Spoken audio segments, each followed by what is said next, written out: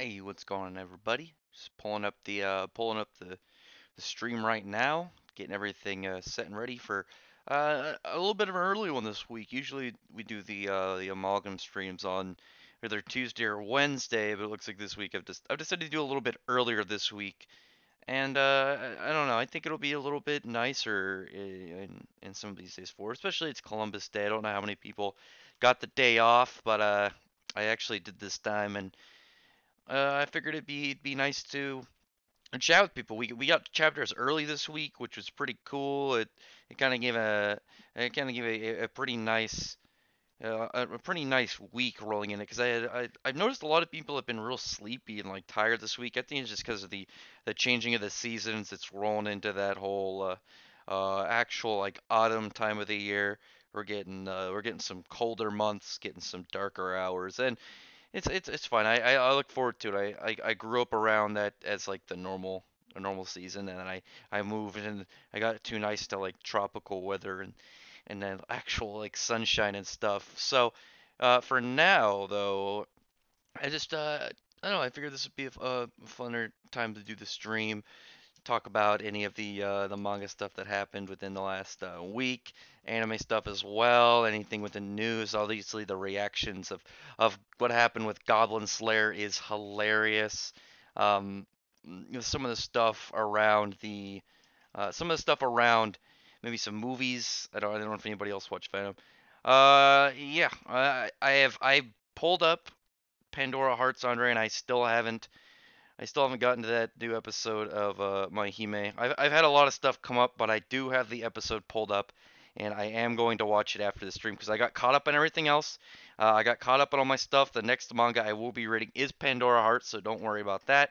By Probably by the weekend stream, I'll have read at least the first couple chapters of Pandora Hearts. I'd say I wanted to go watch My Hime before the next time I did this stream.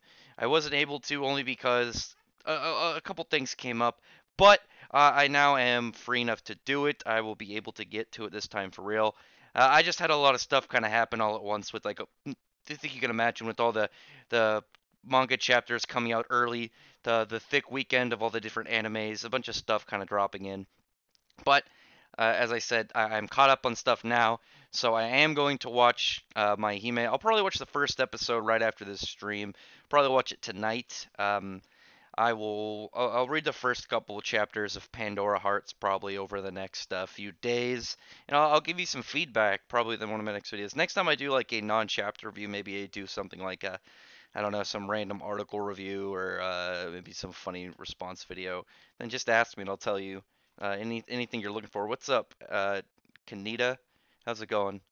So, how's everybody doing this week? How's everyone doing with anything that kind of went on with them? Anything that went on with chapters and whatnot? Any episodes and whatnot that really kind of like, maybe sparked their interest? I had a lot of fun with some of the stuff. We had Radiant debut, Goblin Slayer debut, the Fairy Tail anime comeback, Eden Zero reveal what Eden Zero is, Noelle kind of going crazy. We got a lot of great stuff. Yeah, I saw that McFly. Yeah, I saw you changed your name. There's a bunch of stuff that we could talk about this week. I'm looking forward to it. I saw, like I said, I was really enjoying some of the Goblin Slayer responses. Some of the people that were like, "Oh my God, this dark, this dark fantasy story is dark. Oh my, why am I so surprised by this? How was I ever thrown off by it?" It's pretty ridiculous. Some of the stuff that they did is they're complaining about is silly. It's not like, oh, hey, there's a, I don't know, they didn't show some of the flashbacks in some of the scenes. Maybe they didn't show like the little bit right before that sorcerer chick gets her staff broken. It shows like why it was an important staff door, not a big thing, but not something like that you can miss. But with Goblin Slayer, I think what were you expecting? It's a dark story about a dude who has a blood grudge against goblins and wants to drive them into extinction. It's a silly thing for that to be what you're mad about, And I look forward to the next couple episodes though because it gets really exciting. the next episode I think will be a little bit softer, but after that when we meet up with the elves and the dwarf guy, I think it picks up pretty heavily, and then we get to some really cool action stuff. I'm wondering where exactly the season is going to leave off, and where exactly we're going to get to before they get to that conclusion. And I really hope that I'm expecting it to get a second season. I'm really hoping for it. It's definitely a fun series. It's definitely a lot of fun stuff. Oh, Reezer, it's because of the sudden gore. Mercenary, it starts out pretty nice, and then it gets like real dark and real gory. Actually, I saw Mercenary that they're doing like a big isekai crossovers thing next year. It's gonna have like ReZero, Overlord, the Saga of Tanya the Evil, and some other isekai series and just kind of do like a big mashup of all these characters into one. It's gonna be really weird just thinking about that. I wonder what it's gonna be like, and from that, I think that we could get some more crazy stuff because you could isekai all those characters again and put them all in the same world. It'd be a little hard though with Overlord because I was talking to someone yesterday. I like Overlord, but at the same time, uh, Ein still has like no competition, and that's the only thing I kind of bothers me. But I like the monster. I like the fact that you're pretty much seeing it from the boss. But I really wish there would be someone would show up though where maybe not. Oh hey, now, Ainz isn't the most powerful guy in the world. Something that kind of give him, maybe something to watch out for. I was assuming that there'd be other people from the game that got sucked in, and then he would have to eventually kind of compete with them. But I don't know. I don't know where the comic or the novel or whatever is caught up with in terms of the anime. The anime got ahead from where it was in the manga, so I just went with that because I couldn't find anything online beyond what the novels were already in official English. So it just seemed easier to go for everything in the anime. I don't know. I will see later on, and we'll figure out whether or not if maybe any of that happens, any of these predictions kind of occur. I look forward to finding out. Though with I gotta say, with the Eden Zero chapter was pretty good. I really liked some of the soft set things that were revealed. A lot of the kind of small bits that we get we might be able to use for later. Some kind of emotional like self curiosity stuff with Ian Pino, kind of wondering what exactly she's gonna do now. To even like little bits like we found out that Shiki seems to be afraid of bugs, which could give way to something later on. Well, I saw it more. I really saw Eden Zero more as Silver Ray, as I said in like my video. I don't know if you've read Rave Master Mercenary, but the whole thing with Musica.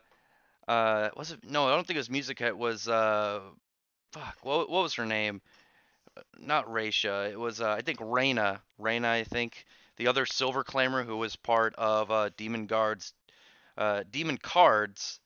six generals, and she was looking for Silver Ray, and then Silver Ray turns out to be this kind of like super cool giant warship. It looks really good. Actually, let me pull that up really quick and compare it to Eden Zero, and we'll see exactly where it kind of comes over. Because I feel like it's one of those things that Hiromashima really liked, and it wasn't apparent enough to Rave Master to really be that memorable, other than it looked cool. And I'm hoping he kind of carried over some of that idea to use again and make it more valuable to the overall plot in Eden Zero than in what Silver Ray was in Rave Master. And I think that's pretty neat. I think that'll be a lot of fun to see exactly what it's gonna do over it. And I guess similar with the TARDIS, and you hear that sound. At least when I used to watch Doctor Who, not now, not to where it's gone, but kind of like that whole thing where like they hear the sound and kind of like the impact that has when people hear it. Kind of like what people probably think whenever they see the Demon Machine King's Eden Zero ship flying up. And I really liked the emblem on it, though very biased like because it looks like Mard Gear, and I was real happy to see Mard Gear's face kind of being on there. It really depends, Andres. I'm hoping they don't have too big of a crew. I'm hoping they keep a lot of that space open for stuff. Maybe use it for kind of swapping characters in and out, maybe transporting stuff, maybe some big crazy spaceship battles. I don't know. We'll see. I don't want their crew to be too big, because that's one of the things that I think kind of hurts a lot of One Piece in a way is I think their crew is too big, and so it's hard to even get some characters to get a spotlight, especially when you have characters who cycle in and out each arc, because you want to bring in like new guys, people who are specific to the arcs, and then have also have fun side characters show up. Oh, what's up? What's up, Mananui? How's it going, dude? Mananui, did you watch Goblin Slayer episode 1 yet? I saw you talking about it. I think you said that you didn't finish the whole episode, but you started it. It's a lot of fun. I saw some people talking about Goblin Slayer being too edgy and too dark, but it's not even edgy. I don't think a lot of people understand what makes something edgy anymore and what's just like a dark fantasy story. It kind of gets silly with that. What's up, Lord Black Wolf? Lord Black Wolf, you should also check out Goblin Slayer. That was a sick show. I'm gonna do my review on Goblin Slayer episode 1 later tonight. I will before I do that, Andres, I will watch the first episode of My Hime. Like I said, I meant to watch the first episode before I got to the next Amalgam stream, but a lot of stuff kind of just appeared, and all this stuff kind of started happening at once. But I will watch it. I'll watch it tonight. I've got the first chapter of Pandora Hearts pulled up here on my screen, and I will read that. I'll read the first chapter right after the stream. So I've heard about it before. One of my friends recommended it to me once before. Oh, I didn't even know it was complete. Yeah, I'll check it out. Definitely after this, I'll look into it and see how's it going. I did a review actually earlier on Gambler's Parade. I'm looking forward to putting that video. It's by the guy who did Danganronpa. I don't know how to pronounce that. And the guy who did Orataro, Nejimaki Kagyu, Wang Tang Ching, the Euro Hunter. And it's in Weekly Shonen Magazine. I got like one of my favorite like artists. Like I've enjoyed all his work in my favorite manga like magazine. That's great. I'm excited to see how it is. And then his art is so creepy. It's such a weird style. So I look forward to that. It's going to be really cool. Yeah, I like that the ship can self-repair mercenary. I think that's pretty cool. It seems like it only can self-repair, at least that we've seen on kind of like the outer hull. I didn't double check to see if someone like the other parts closed up, but so far, from what I remember, it was the outer hull. But maybe I just wasn't looking close enough. Yeah, Andres. Oh, they don't. I think they need a good-sized crew, but I'm hoping maybe some characters just become specific to like being in the back and being like, hey, here's a guy whose whole thing is keeping repairs to I don't know something, and you only see him when they go to see that specific thing. Shiki being the new king of demons is pretty cool. I like that aspect. I like that in a way the main characters so far are all some kind of guys of the crown. Sort of Haru, but not really because Symphonia was destroyed, and he was, even though his dad was a prince, obviously their line in their kingdom ended, and with Natsu, he kind of became a dragon king, but not really, and now we have Shiki, who is being placed now as the demon king of the Eden Zero spaceship, inheriting his grandfather's will. I think that's pretty cool. I like it when Hiro Mishima will take something he's done in a way, but completely alter it and put it in a different line. I think that's pretty cool, and it goes to show when you have something like that, it comes out a lot more interesting with some of the story because I've talked to people before about there's a lot of stories that have been done already. It's hard to do something completely like 100% original when there's so many stories out there and all this stuff that you probably don't have any and realize has influenced you. But it's all about execution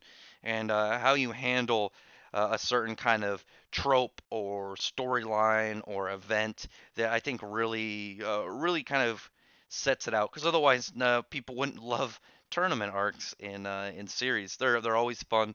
Everyone always seems to get really excited whenever a tournament arc rolls around, and it just goes to show that as long as you can get something that people like out of it, and you can have them have some memorable moments and a lot of fun, then you're fine. And I like that what Hiro Mashima does. He'll take something he's done before, something like, oh, maybe the Silver Rays thing. I didn't use it enough in the series. Maybe I'll reuse it and see if I can use the kind of like the going for the ship thing works in a much better light. I got distracted. I forgot I was trying to find the Silver Rays ship, and I'll put it up next to the next to the Eden Zero ship to see what people have to say about it. It's pretty cool looking. Here we go. Let me pull it up really quick. I always really liked some of Hiromishima's weirder designs because one of the things about Rave Master is he had a lot of he would either have a huge hit or a huge miss with some of his like original designs. One of them was for sure definitely Silver Rays. It's just such a cool looking vessel. I'm pulling it up right now. Right now. Let me pull it up on the screen where you can kind of gauge of which one you think is cooler between Eden Zero and Silver Rays. I think they're both pretty awesome. I don't know if I could really pick which one I like more. They're both such good looking ships. Hold on, let me pull it up. Browse. Go into the folder that I put it in. Da, da, da, da. Yours, yeah, Eden Zero. All right, and here we go. There we go. So here's Silver Ray. I think this looks cool. I like the weird like edges and blades on it, and then the big cool cannon on the top. Yeah. So Silver Ray. Oh God, Eden Zero, Silver. Oh my God, why am I so bad at clicking? Silver Ray, Eden Zero, Silver Ray, Eden Zero. Tell me which one you guys think is cooler out of the two of them. I don't know if I could pick. I like both of their designs a lot. I don't know. I feel like I'm leaning a little bit more towards Silver Ray though, just because I like the weird like big blade designs and the big gun on top. But I really like that cool big fin on the back of Eden Zero. I like the big maw on the front and the cool like Mard gear like symbol. I don't know. I don't know if I could pick which one I like more. So a couple more seconds. I'll leave Silver Ray up and then we can look at both of them again. Let's see. I have to applaud Mishima and how he does censorship in a way that's not obvious, but you're trying to cover something up. Yeah, Hiromushima is really good at what he does. He's very talented. He's worked it down to a very believable style, I'd say. Shiki now has a bounty on his head. Natsu will now has to go infiltrate the infamous legendary impregnable celestial fortress of the Demon King Zero. That'd be cool. Like I said, it'd be really interesting to see Haru, Natsu, and Shiki team up, and then especially if you bring in some of Hiromishima's other main characters, someone like Aki or Satsuki or Zephyr, any of them. The only one that I think that he needs to do is Aki, and I still think with now that he has the guy who did Buster Keel working for him that did um, he did Buster Keel, Pitch Black, Ken, or is it Ten? I don't remember doing the Happy spinoff, he'd be perfect to take the idea of Monster Soul and turn it into a weekly series. Just the way that that guy kind of did his own stuff, I think it fits a lot more with what he's doing, and it would kind of leave a really nice, interesting area in for the series. And then you could have a crossover, and they could fit. That could actually fit pretty well within the Fairy Tales world, or you can just have it on its own world. Not a big deal. I really look forward to the hope for that because out of all of them, the reason I think that one needs to be kind of continued is that he completes the seasonal thing that Hiroshima has done. He's done the main characters with the seasonal names: Haru meaning spring, Natsu meaning summer, Aki meaning fall or autumn, and Toka meaning winter, and then Shiki following up with four seasons. And I think it'd just be really cool for them to do that. Yeah, see, Lord Blackwolf says Silver Ray. Yeah, I like both of them. It's hard. They're both so cool looking. They first have to have a free for all battle royal before team up. Yeah, it would be hard though to put them against each other because when in the crossover, when Haru and Natsu fought, it was kind of like at a point where they were as strong as each other. It was Haru. I don't think he had gravity core. I know he had Mel Force. So yeah, it would be shortly after. I believe shortly after the tower where the two Gales fought, King and Gale fought, and then uh, Gale died, and then Natsu prior to getting Second Origin unlocked. Whereas it would be hard to do them. It would really be hard to do that like where Shiki is now, because Shiki he's definitely the I would say Shiki is definitely the most interesting set at the starting, but it would be he wouldn't be able to really stack up against any prominent members of either Haru or Natsu. What's up, Carl? How's it going? Let me see. Read this. Ships need more guns on them. Yeah, that'd be pretty fucking cool. More guns. We don't know if Eden Zero has more guns. They probably have like guns that come out of it when it does shit, or like a big cannon coming out of its mouth. That'd be awesome. People keep subbing to me even though I don't upload at all. Matanui, that's because you're popular. Everyone sub to Matanui. Well, we discussed the Valkyrie. In a little bit, mercenary. We're still talking over the whole thing with Natsu and Haru and Shiki. They would have to wait a while. I would say wait kind of like an arc or something, and then you could have kind of like that whole area where you could have maybe the same ones, say have something like Haru, that same version of Haru, same version of Natsu, and maybe like an arc or two in, maybe like a year from now, Shiki. It'd be a little hard because Haru starts out definitely when you look at like the beginning, Haru starts out the weakest, and Shiki starts out with probably the most control over his power, but Natsu definitely started out with the most combat experience, and I would say the strongest out of the three of them. But you would have to wait, yeah, like I said, you'd have to wait a little bit for it to be. Yeah, see, Carl just described the Matanui. Matanui's popular. Matanui is a popular guy. You would have to wait a little while for Shiki to catch up, so he could be, power level kind of area with them. And I don't think it needs to be like they have to be as strong as each other. I think it's more of like the utility of what they can do. And I don't know. It's kind of weird with Haru because he had all these different ones, but for the most part he's just used Sylpharion Explosion and Rune Force, and then when he got Revolt, the rest of them were like, yeah, I don't need the rest of them. Yeah, we can talk about Valkyrie dress mercenary. That was cool. I really like seeing Noelle kind of slowly coming into her own. I liked where she was. I liked seeing what she was capable of as her own character. That was pretty cool. And I can't wait to see. I can't wait until Eden Zero so we can see them at their most power. Yeah, that'll be a long time from now. I don't know. I'm wondering how strong Hiroshima is gonna make some of the characters. I'm hoping he doesn't go too crazy. I want them to still be like kind of like in the set of where he would be able to operate with Haru and Natsu. But I don't know. I'm not going to tell him how to do his own thing. We already got we already got some crazy stuff at the end of Fairy Tail, and we're still going. We still haven't figured out how powerful some of these divine dragons are, and then we also have Toka, the dragon eaters, and potentially Ankh-Saram and how powerful he is. I still would like to see Ankh-Saram be kind of like Mother, and then just they're different kind of gods that exist within the Hiroshima or written universe or something. It'd be pretty cool to see. Just to see something like, oh yeah, it's just all of the things take place in like their own cosmos or something. Matt knew he's just like, fuck, quit subscribing to my channel, motherfuckers. Yeah, I'd like to see more of what Eden Zero has. It's definitely gonna have some crazy weapons. It's gonna have some crazy ass weapons, and it's gonna be pretty cool to see later on.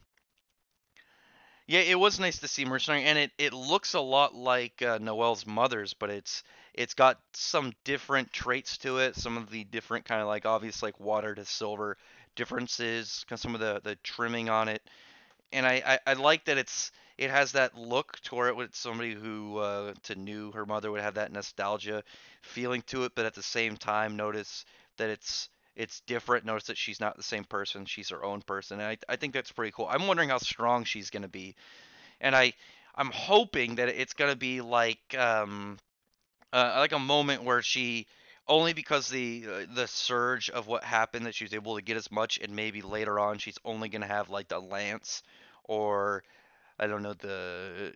I don't know. I think the lance would be the best thing to have. And just give her something, and then maybe she goes through like sword training, learns how to use a lance of all weapons, and kind of like trains herself up to it. And it just kind of like it starts out for this fight of just kind of like a surge, and just we're just seeing what she's going to be capable of later on because we don't even know how powerful Noelle's mother was. We just know that I mean, the closest thing is that Marileona said that she had never won against her. I mean, that's significant, but at the same time, we don't know to what extent she kind of went through. I'm wondering if her Valkyrie dress was just kind of like her standard like spell to put on and fight people with. Because for the most part, Noelle's just been support. She has her Sea Dragon Nest, her Sea Dragon Cradle, but she also has her Sea Dragon Roar. But We don't have anything like this within our arsenal yet. We don't have anything like a straight combat style spell, which is gonna be cool. Well, we don't know. Oh, the whole thing though, Andres, is that allegedly with Ankh Saram, the reason is because Zareth was fucking with the with the border between life and death, and that was pissing off a god who apparently is the one that I'm guessing dictates kind of that whole area. I'm guessing that Ankh Saram's god thing isn't just like he's. I don't remember if he's a specific god or just a god, but I don't. I feel like if you were a god of something and you had a dude trying to fuck with the concepts and what kind of separates those two, you'd probably piss him off. You'd probably get pissed off too, you know. I do think Noelle's new form will come with a speed increase, Mercy. I think it's going to have an overall kind of boost, and it'll be pretty cool. What's up, Nerdican? Yeah, Nerdican, I got Mass False flagged. Shueisha, the company that owns Viz and a bunch of shonen manga, went on a huge mass flagging campaign and struck down a bunch of channels. It even got Geekdom 101, who's like I guess he's like the biggest Dragon Ball YouTuber. He's got like 400,000 subscribers or something. It was pretty ridiculous. Like most of the guys doing manga and anime reviews are like people saying like, "Hey, we really like this content," and I buy my stuff. I buy all the manga and everything that I like. So I mean, like, what I don't know what I'm hurting by saying like, "Hey, let me review this. I enjoy this. This is good. You guys should also check this out. It's a lot of fun, you know." I know it's silly, Nerdic. Oh, I think it was a bot. I think it was a bot doing it. I don't know if it was. I doubt it was a real person. I think it was somebody who just like went out and they hunted down certain words in the titles because they did it to me before and they failed before. They tried to strike my channel and YouTube looked at it and said, "Oh no, this is within our rules of service. You're good. Don't worry about it. Screw these guys. They're just they're a bunch of big dummies, you know." It's pretty silly. A lot of fun stuff though. Anybody else watch Nerdicane, Andres Mercenary? Did you guys watch the first episode of Goblin Slayer? I love Goblin Slayer. I think it's a lot of fun. I think it's a good series, and it definitely steers away from a lot of the current kind of fantasy things where all the characters are really OP but it's also not it's not like a shonen battle. It's more like a survival kind of action battle, or more of a survival kind of action series. It's much more like I'd say, for instance, Dark Souls or something, or like a younger version of Berserk. And I think that's pretty cool. I mean, oh, it is. It's triggering the shit out of people, Nerdican. I made a video on it. There are people like crying that it's like, oh my god, I can't believe this dark fantasy story is dark. And I, sup, Uriah, right? Oh, Goblin Slayer is fucking awesome, Andre. It's got a lot of good action. The thing about Goblin Slayer that I really like is it sheds a lot of realism on some of the bits with a lot of fantasy, both in like a story, even in games where like goblins are a problem. You know, they still go around pillaging, raping, attacking, and killing. And a lot of the higher up level people are like, that's not worth my time. I'm not gonna go fuck with goblins. They're weak, pitiful creatures. I'm gonna go hunt big, scary monsters, bigger threats. And then the weaker, like newbie people are going in with way too confident. No, no way, New Dawn Rising. Goblin Slayer is awesome. Everyone I've shown it to so far has liked it. But but they go in saying like, yeah, all the newbie people think, oh, it's gonna be easy, and then they go in not knowing what to do, and they overestimate or underestimate the hell out of the goblins, and end up getting killed. So the Goblin Slayer it's a cool to see someone go against the whole kind of idea of what happens later on in a fiction of where it goes. I'll put it in the description. I'm gonna put my I gotta do my review on it later. I'll put it in I'll give you the link right now. It's pretty crazy. It's a fun series though. It's good. It has a lot of good action. It's pretty dark, and a lot of people are saying like, "Oh man, it's so edgy," but they don't know what makes something edgy. It's not edgy just because it's dark. I mean, I know if my buddy Spider Side hears me say it, he's gonna get all salty, but Tokyo Ghoul is edgy, but the author knows it's edgy because people that's what people are going to watch it for. That's what they like about it. It's like it's overly dark and gloomy and hits that edge factor with a lot of their stuff. Goblin Slayer is just a dark fantasy. It's good. It's just a cool magic fantasy action adventure. Like it's like a D&D session taken into a story, but taken very seriously. You're not getting a lot of OP characters. You're not getting a lot of goofiness. You're getting a serious reasons why the characters are able to do what they do. The goblins are threats, and I saw a bunch of people being like, I can't believe the this is like perpetuating like rape culture or some garbage thing. But at the same time, it's like the only people in the story that are raping and like doing all this bad stuff are goblins, and they're depicted as trash amongst trash, like putrid, disgusting creatures that need to be exterminated. Like the main guy's thing is he wants to kill all of them. So why wouldn't you say like, oh, even though like I don't like no one likes rape, but at the same time, obviously now there's the main character. He's going around killing all these guys. He's slaughtering goblins. He sees them as trash that needs to be completely wiped out. You know. It's Goblin Slayer is great though. You should definitely check it out. It's a lot of fun. If you like serious fantasy, like you love that like D&D style kind of like you like magic and monsters and adventure, but you want to see it more in a realistic light, then read Goblin Slayer or watch it. I would say watch it just because the anime came out, and I think I see it being the anime of the season, and that's something that I'm hoping for this year. I've been saying that for the last like year or so, and I'm wondering if it's going to come to fruition, whether Goblin Slayer takes that spot. It does look a lot like Berserk. It does look like a lot. But what's up, Kenneth Brown? Yeah, Goblin Slayer's sick, dude.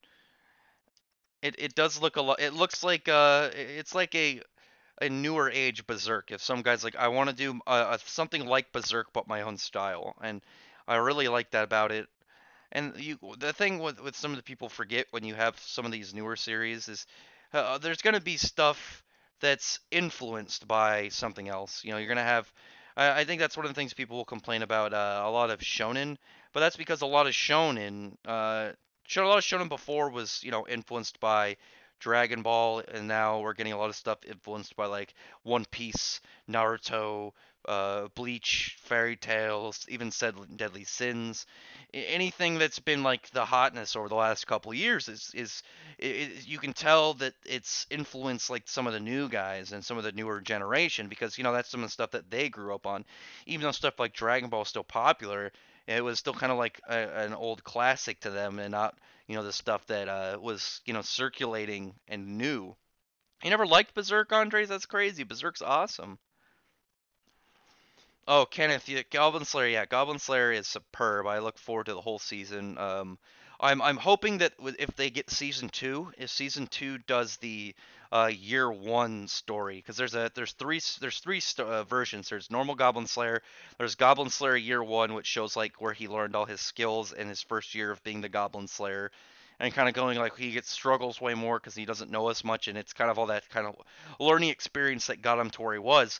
And then there's one that's like based on characters the Goblin Slayer has influenced. There's like one kid who's like, I'm gonna be a great swordsman and blah blah blah. And then you see like the Goblin Slayer talk to him about like what hurts, like the negative parts of having a sword and how he prefers like clubs and like blunt weapons. And then the dude, instead of having like a big expensive sword, carries around just like a effective club he uses to beat goblins to death. It's a lot of fun. I really look forward to the further points of Goblin Slayer and where we go within the story.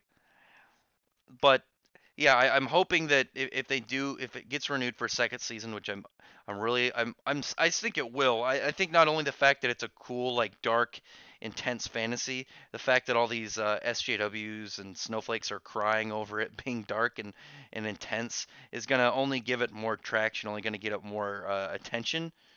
Because that seems to be the case a lot of the time is when people cry about something, a lot of people are more prone to check it out. I know that happened with Black Clover. A lot of people were hating on it when it came out, and then a lot of people gave it a try. And there's a lot of people that like shonen, and they said, "Oh, well, I like shonen, and I might as well see what exactly if this is bad or not." And then a lot of people ended up liking it.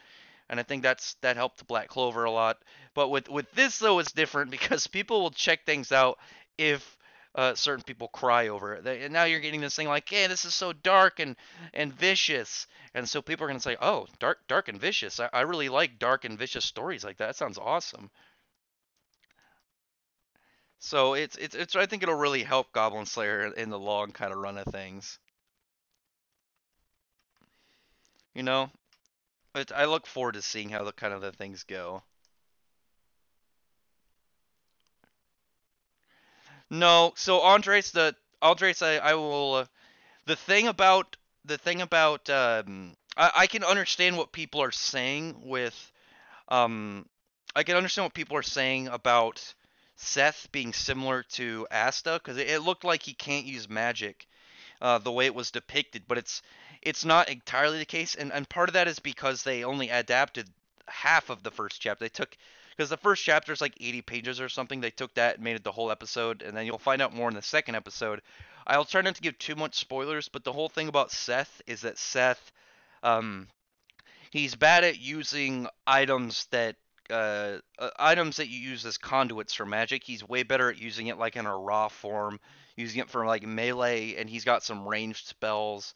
The problem that he was doing is he was trying to use magic in a way that didn't fit his own style, and that's the kind of thing that helps him later. He takes the gloves off and he kind of just raw uses it, and it's I can understand where people are coming from when it comes to saying that he is similar to Asta. I would say I just think he starts out very shonen kind of influenced, but that's what the author was going for, and it's the same thing with it'll be the same thing with Radiant. It's gonna start out getting or the same thing with Black Clover. Radiant's gonna start out getting like a little bit of a little bit of gloomy looks, and then a few episodes in, I think it'll pick up the same way that that Black Clover did, because once it gets, I think by like episode 3 or 4, and some of the crazy stuff will start to drop into the story, and I look forward to that. And I think a lot of people will kind of start changing their opinions when that happens. Yeah, that's what I was saying, Lord Blackwolf. The SJWs, whenever they don't like something, it usually ends up helping it. It usually ends up getting more people to check it out, and they think it. I liked the first episode of Radiant Mercenary. I thought the animation was great. I thought it was weird that they changed some stuff. They added that kid Tommy, and they altered a couple of the scenes. I mean, it's fine that they did it. They didn't do it in much of a bad way. I thought it was a little bit weird to. I think actually, kind of thinking about it, I think they might have changed kind of the scene and showed Seth and his whole thing when he tries to use magic through tools and it doesn't work. But then when he tries to do, he's like, "Hey, let me show you my own spell." I think that might have been. I think Black Clover might have had an influence because they didn't want it to have that kind of feel, especially when they were going to go to the second episode they're splitting the first chapter into two parts. Like it would look too much like Black Clover in that regard unless the first, you did first and second episode at the same time. Oh, Doom Eternal, yeah, I'm gonna play that. That looks good. That looks like it's gonna be a lot of fun. I haven't played a Doom game in a long time, but I'm gonna pick this one up. When is it? I think it comes out in like a month or something for Doom. That'll be pretty sick. I really like the format of Doom. I think it looks. I always thought it looked really badass, especially with a lot of the monsters and like the big crazy over the top guns. I think that's gonna be cool. I wonder how many things like that Hiroshima has played and gone through to influence Eden Zero.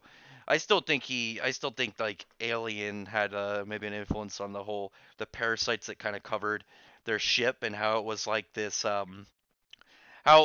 big fucking gross infestation, like all this like meaty monster flesh covering like walls and stuff. I thought that was I would if he said that he got a little bit influence to that from something like Alien, I would believe it. And I think it's cool when you have something different like that. I like seeing a lot of modern like or even more recent stuff that influence stuff like Japanese manga and anime. I think that's really neat. And I that's one of the things I like about Eden Zero is we don't have I don't think we really have much for Japanese sci-fi outside of like most Gundam stuff, especially when it comes to like shonen battle action stuff. The only other like style of manga that I've seen like that recently is was Barrage, which was the series that Horikoshi did before he got My Hero Academia, and I liked the idea of Barrage more than My Hero Academia, but obviously he's gonna do the one that works better for him and helps him better career wise, which is good, and I think that helped him, and it's good for what he's doing, you know. But at the same time, I really want more. I'd like more intensive like sci-fi stories like that, and I think that's one of the things that makes Eden Zero stand out a lot as a story, you know. Let me see, read some of these examples. I'd rather that he pulls something directly from his imagination. We already have too many lasers in space. Not yeah, but we don't have much for space fantasy in like shonen battle mangas, and I think that's really cool that he's doing it. And when we usually see all these influences stuff, we see stuff from like Marvel and DC and Dungeons and Dragons and Berserk and stuff. We don't get a lot of stuff of like Alien. We don't get stuff like Star Wars, well, back when Star Wars was really good. We don't get a lot of the sci-fi parts influencing anime and manga on the like the weekly mainstream stuff, and I think that's really cool that he's doing. Obviously, he's doing it in his own style. He just is getting. He's just. I think it's cool that he's taking influence from those and putting that into his own mind and churning it into his own system. I think that's a lot of really cool stuff for him, and I really like that about Hiro Mishima. I think he's a cool guy. How many people have managed to get to watch Goblin Slayer? And Radiance, I think I've got like one or two other people to watch Radiant. Goblin Slayer, I actually had a watch party yesterday. Where it was like six of us. We watched it. Everyone thought it was seemed to thought it was pretty cool, and they're asking to put episode 2 on, but only yesterday I told them how that was the first episode and it just came out. So we're gonna try and have a watch party with that once a week, and I think that'll be pretty fun to watch Goblin Slayer kind of expand with the group. I think that's a lot of fun. And that's what I'm hoping for with a lot of the streams. And I wanted to wait to do more Goblin Slayer on the channel because I think it'll be a lot of fun to progress it with everyone here. Well, you don't like any of the new anime this season, New Dawn Horizon? Goblin Slayer. I was happy to see Fairy Tail come back. Radiant's a lot of fun. I'm still looking to see what else came out because I those are the ones that I had been kind of keeping an eye on mostly. I haven't checked into any of the other stuff, any of the stuff that says episode 1, some new anime that just dropped because I know a bunch of stuff came out over the weekend just because it's that time of the season. It was the fall drop, and I think a lot of more stuff are going to be coming out over the next few days. But I got those were the three things that I was waiting for the most is continuation of Fairy Tales anime, the uh yes, let's see, fucking Lord Blackwolf knows the continuation of the Fairy Tales anime, Radiant and Goblin Slayer, and I liked all three of those. I thought all three of those were really good. I had I was very satisfied with what was going on with each of those series. Like I said, I need to look into some other stuff and see what else is coming out that's brand new. But I thought it was great so far that what we got, you know. I think it's we're having a lot of fun with some of these, and we're getting not just continuation stuff. We're getting lots of cool new ideas that we wouldn't get otherwise. And like I said, you should. I can't believe I even checked out Goblin Slayer. It's crazy. It's so much fun.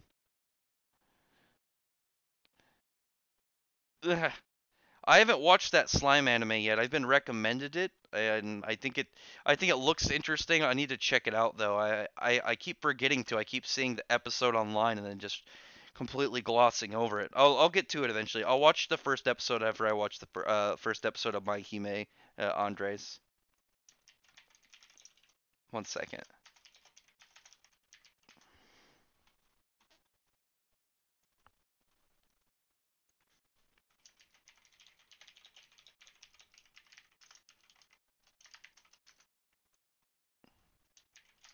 Hmm. Yeah, I think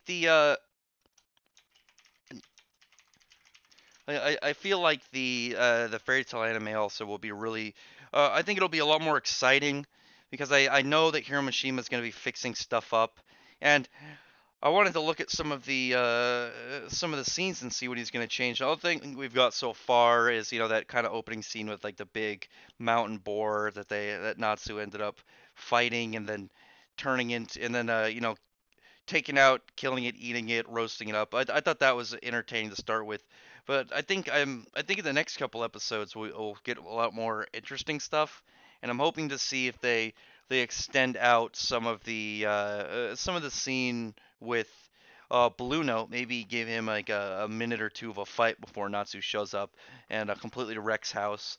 Maybe I think it'd be cool just to have see Wendy and Sharia just try and going about it and combating him for at least a minute. Maybe Wendy like about to drop her Dragon Force, just like, all right, I got to get serious, and then Natsu shows up and just cleans house. I think that'll be pretty cool if they do that.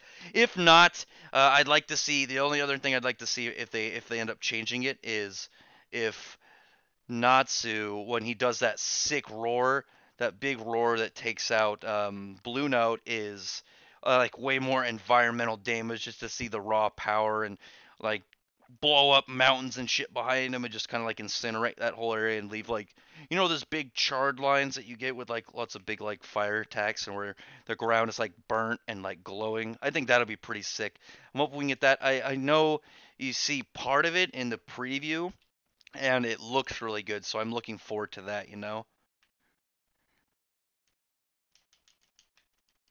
Hopefully we'll be given a lot of good stuff like that soon with some of the changes to the anime. What do you guys think? Did you guys like what they did? I thought the animation quality was solid. I like what they did. I didn't really have many complaints over what was going on. I thought it was great. I had a lot of fun. And let's see. Do you think every member of Shiki Troop will use Ether Gear?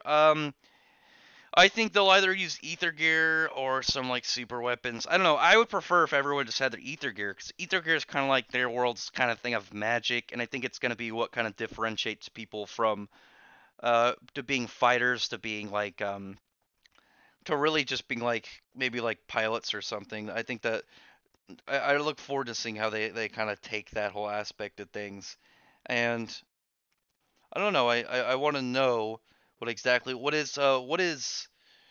exactly hers going to be? What is Rebecca's ether gear kind of gonna detail to? I'm expecting it maybe to be more of a more to be like just kind of like a raw energy, like a channeling thing, and maybe she'll like work it into her guns. I think that'd be pretty cool with still simplicity of it, and then maybe Rebecca's thing could be like her like interchanging different guns, and then you could combine that with maybe like different weapon modes that Happy Bot would get. I think that'd be pretty cool. I'm wondering though if this is gonna be like her actual ether gear or like a temporary one that's just kind of be present after like in that whole bat thing because it looked like it had to do more with being affected by the waters in there than entirely entirely the actual like full on like being able to use an ether gear at will. But it'll probably be brought up and revealed within the next couple chapters. Let's see. Like I was been grabbing and grabbing Slayer, they went hardcore in the fighting. Yeah, I like the action. I think I like that about Goblin Slayer is it takes a lot of the scenes and makes them more realistic. And even though obviously I like big like flashy action battle stuff, I also like it when they do stuff like that, and it'll give it its own kind of feel to it where the characters are handling stuff in a more RPG like I said Dark Souls kind of format where you have people taking out monsters by like strategy, setting up traps. Every single one is kind of a threat and dangerous. It's not a power level style series. It's more of a clever. It's like more of a warrior style, and I think that fits more with the whole kind of uh, dark fantasy adventure stuff. Like if they're gonna do a more shonen like powers and abilities and stuff, it'd be different. But I think with the Goblin Slayer style, it fits way more of what they're doing, and that they keep all the characters, at most like superhuman, like physically, and not give them anything crazy. Well, that I think that'll get better. I think their relationship will get better, mercenary. Because the whole thing about Nozzle that I was happy to see confirmed is that he's much more of a if somebody's effective on job wise that he's a lot cooler with them, and I think that I was glad to see that kind of work out in the story that he was cool with them once he was a lot cooler with Noelle once he realized that she was capable of actually being able to live up to the name, but also as a magic knight in general. And I still like that a lot about its character. I think it was kind of handled better than with Byakuya and Rukia, or Byakuya was just like, I don't want to look at her, but with there were multiple reasons that kind of carried over with Nozzle. I liked that about the whole situation. I thought it was a much more crisp handling, and I thought it made a bit more sense, and I think it had a little bit of a more comfortable payoff and a progress towards the future. What's gonna happen? I'm hoping Nozzle doesn't die. I would really be sad if he dies before we even get him kind of go ham with that Mercury magic. Maybe just incapacitate him. I think it'd be cool if a bunch of the captains kind of got taken down, but not like dead. So we already lost Julius. We don't need to lose any more captains this arc. And I don't think we're going to get Charlotte back. Not 100% sure. I'd say like I think 60% I think is a chance of getting her back. We already got we got Lufel back. The only other captain I think for sure, I think we're only going to get maybe one of them back, and I feel like it'd be more like Rill, the elf possessing Rill would return back to the Clover, being more likely than Charlotte. I mean that'd be kind of cool, Andres, but I feel like it would be a little bit weird to kind of go in with her fighting style already with her guns. I don't know. I think kind of like a augmenting style with just kind of like straight augmentation of ether and like how that kind of will play into her use of guns to be to I don't know. I feel like it has more potential of what she's gonna do. But we'll have to wait and see the next couple chapters and how it goes. We'll see what Hiromashima does with it. What Rebecca wants to do. I'm wondering what other gun she's gonna get more than what she's gonna do more with her ether. Like if she gets ether, I want to see like Happy Butt get more weapon models. Maybe get like a shotgun or like a sniper rifle.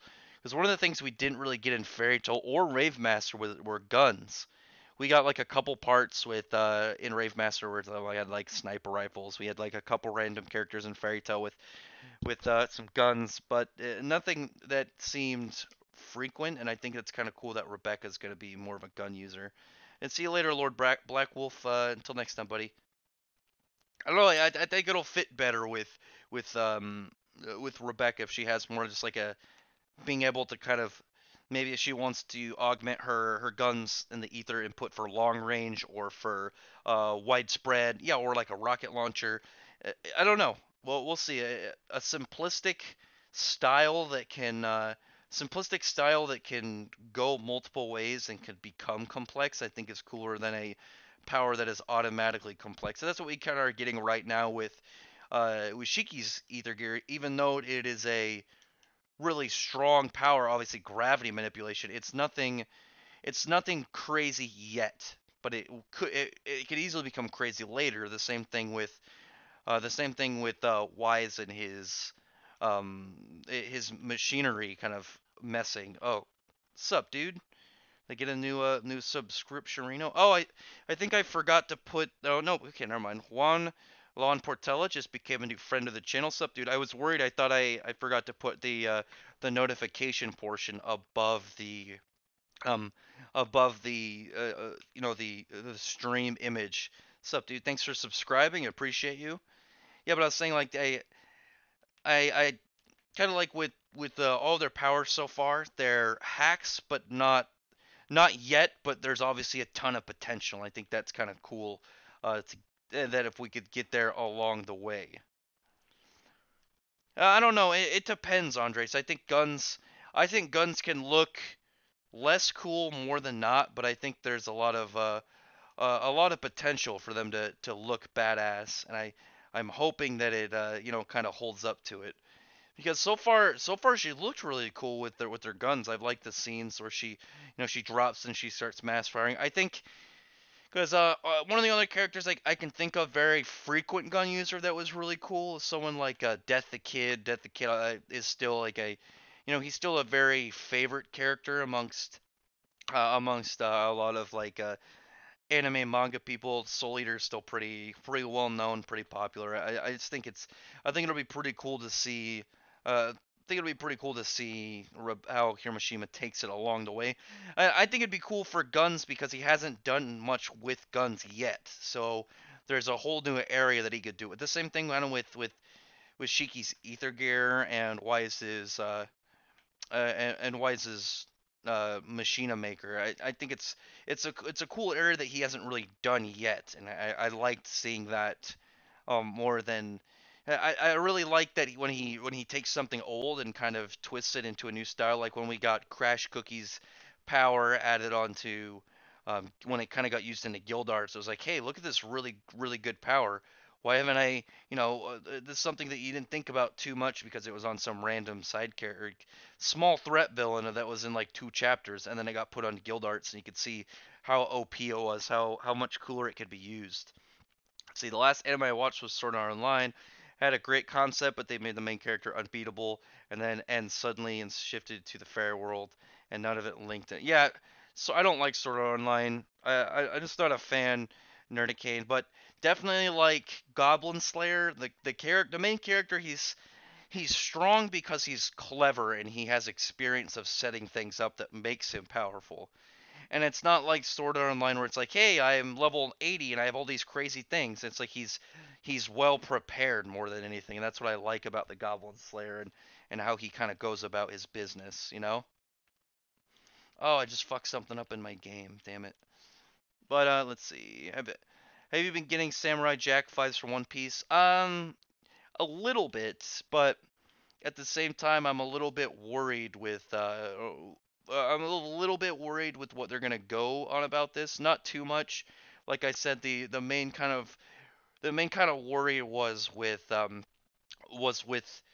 it being multiple way time travel because that could have easily screwed everything up in One Piece. But it's one way time travel. It's just straightforward and it doesn't look like it's gonna break up the story, and that's a good thing. That's a good thing. That's not gonna have Oda Oda potentially breaking everything. You know. Hmm. But we'll see. The only thing right now that I'm worried about One Piece is that they're like, yeah, it's 2 weeks away. They're gonna go through this plan, but at the same time, 2 weeks in One Piece could be an eternity because they've only been in the New World like 2 weeks, and it's been like 7 years in real time. Could you imagine like a 200 chapter training arc where they dick around and they talk about Gear 5, Gear 6. We need all these different gears so Luffy can beat Kaido and blibbity blue ball whatever. You know, I can only fear the agony of that kind of weight. Let's see. Thoughts on E4? E4, I don't know. I think she has a cool design. I look forward to seeing her kind of reveal all the kind of the secrets that we haven't found out about yet within the series. I think that'll be pretty cool to be dropped in upon us. I think that'll be a lot of fun to see go down. So an ether gear eventually. EM. Do you mean electromagnetic? Andres. I think that'd be pretty cool. I want to see. I actually really look forward to Justice. Justice's Ether because I've always said that I like Sieghart, I like Jalal, and Hiroshima he keeps taking this kind of style to the character and he's twisted it in a different way each time, and I like that. I think that's really cool. I really liked Sieghart. I liked him being like advanced through Jalal. I know some people I've seen a lot of people will try and say that Jalal is just like a half-assed version of Sieg. I don't know. I don't think Sieg's as cool as Jalal personally. I really like Jalal. I thought he was a good character. I'm excited to see him do stuff again. Do you think of Wendy look like? Well, I don't even think she looks like Wendy. Lavilia, I don't. I get really turned away when people just like, oh, they look. All these characters just look like. I don't agree. I think that they have similarities, but Lavilia, it would have to be a while before she joins up because the thing about it is she makes Rebecca uncomfortable. She doesn't like her. She clearly has some emotional issues with her in general. So that stuff would have to happen before she ends up kind of being a part of their crew. They're gonna have to have like their own arc where maybe they ended up getting along, they settle their differences through some means, they become friends. I don't think they could just kind of have her show up and join unless she like forced her way in, you know.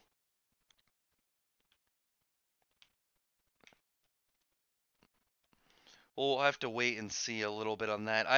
I'm curious what her ether gear will be actually. I'm very curious to know where exactly Hiroshima is gonna do with that character of Rebecca's rival, and if she's gonna go down a maybe a uh, maybe an actual like an arc antagonist, not like a villain, but somebody they're competing with against, kind of like what Sabretooth was during the Grand Magic Games, or something like that, where they're an enemy but not a villain.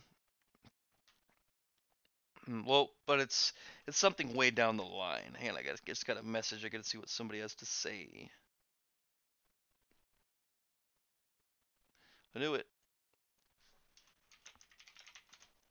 but it's something that we're gonna have to kind of bite our patience and figure out as it goes on. Do I still watch Pokemon? No, I haven't watched Pokemon in a long time. It's been a couple of years since I last watched old Pokemans. I don't know really what it is. Have they changed anything in Pokemon? I got real turned away because it's Ash never seems to Ash never seems like he's gonna win. He's always losing. Poor dude. He never seems like he's gonna pull on that W. He's never gonna become a Pokemon master. He's always getting screwed over. I still remember when he made it to like the semifinals and the dude he went up against had a fucking Darkrai and a Latios. It's just like Jesus. Like I still love Yu-Gi-Oh. Like the problem with Pokemon to me isn't like that it's the same kind of style and then they do it in different ways each arc. Oh, Pokemon, no, they do it in the same way each arc. It's the fact that it's always Ash and it's he never wins. It looks like there's no win in sight for Ash, and that's part of the problem when it comes to Yu-Gi-Oh. For those who still watch Yu-Gi-Oh, it every few years, every like I think 3 or 4 years now, they swap out the main characters, they get a new cast, it's a new style, and then they put it in a different light, right? Like the fifth season was about like cross-dimensional wars. The current season's like virtual reality, like cyber terrorism and crazy shit. They managed to keep it fresh, and that's what I like about Yu-Gi-Oh. Even though it's they're always doing card battles. You know the good guys are gonna win in the end. It's the journey of how exactly they get there that I like about it. And I think that's pretty cool. They added Mega Evolution. Yeah, does Ash even have a Mega Evolved Pokemon though? I saw he went through all of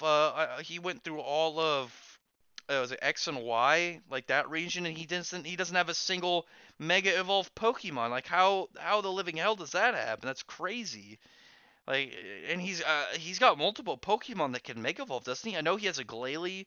He's got a Charizard. He's got what else does he have? He's got but he doesn't have a Gengar. I'm trying to think of all the Mega Evolved Pokemon top of it. I know there's at least two. You think they'd give him at least two or at least one?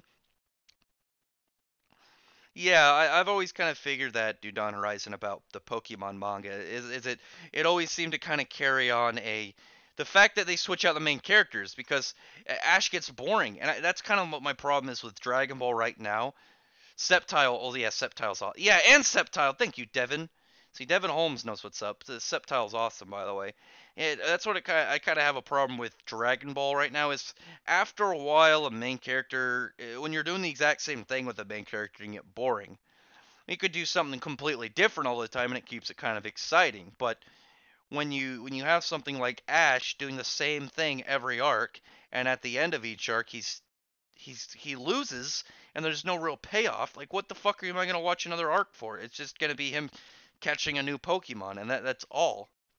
There's no progress, and that's kind of the thing about Pokemon that I'm just like, why even bother? What are you gonna get out of it?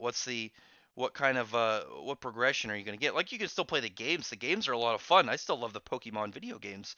I still have a lot of fun playing them. They still have a payout at the end, and it's different though because you're playing the character and the stories tend to seem to have a different to it.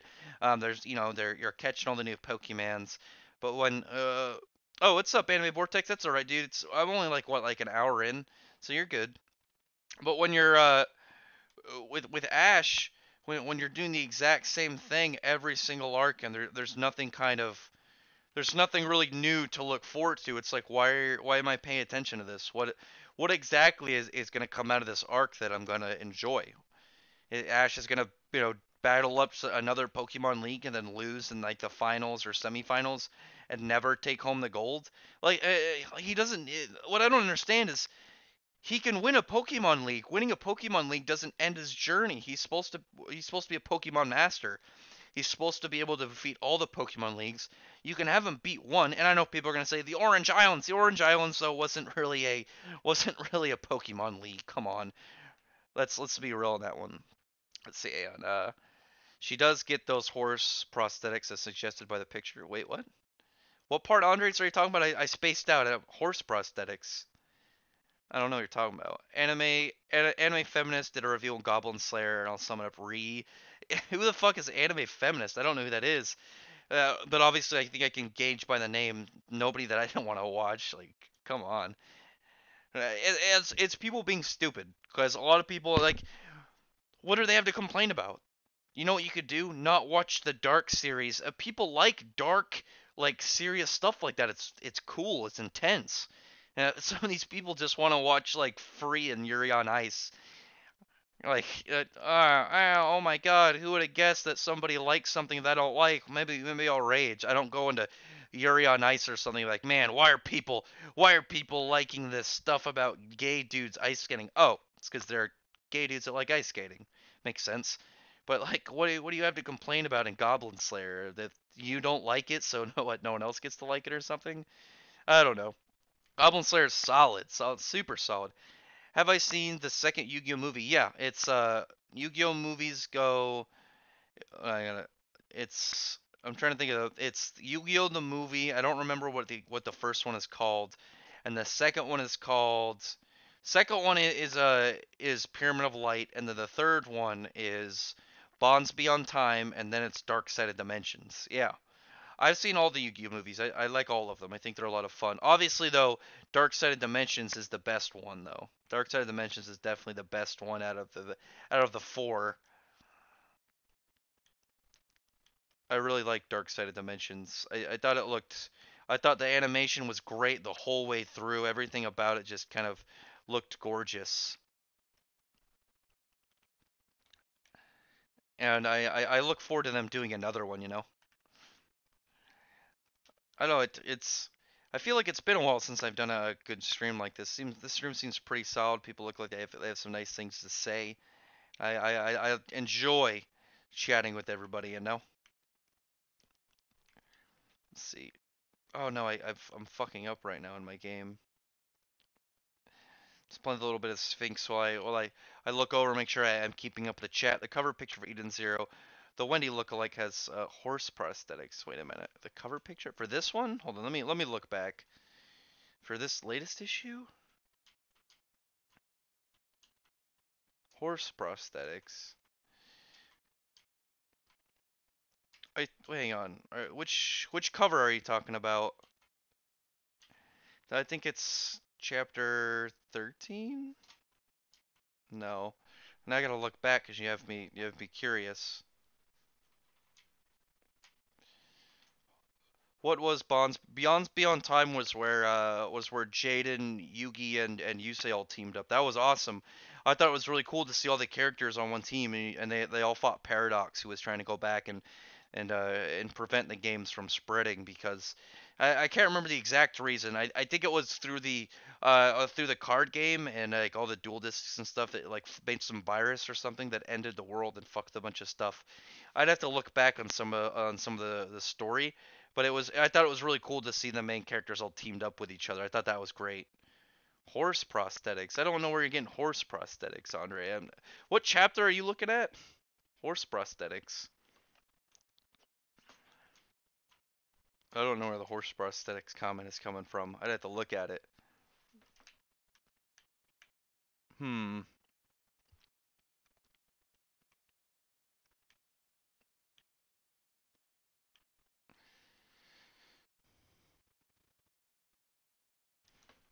Oh, that one. Hang on. Let me go back and look at that. I'm trying to remember horse prosthetics.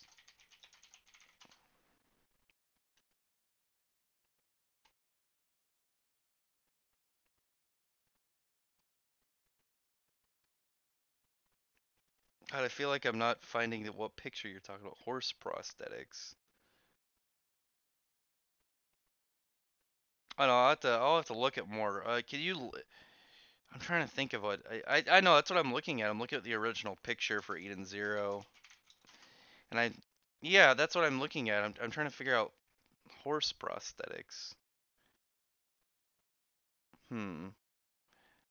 I don't know if I see it. Oh, I see what you're talking about. Oh, maybe that's her thing. Maybe she wears she's not an ether gear user. Maybe she has like a tech and she's like a kick fighter. Maybe she's all about like kicking people in the face, or she's really fast.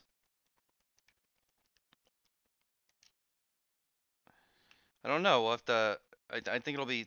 I think that's pretty interesting. We're gonna have to give a couple minutes or give some time for that arc to figure out where exactly it takes us. You know.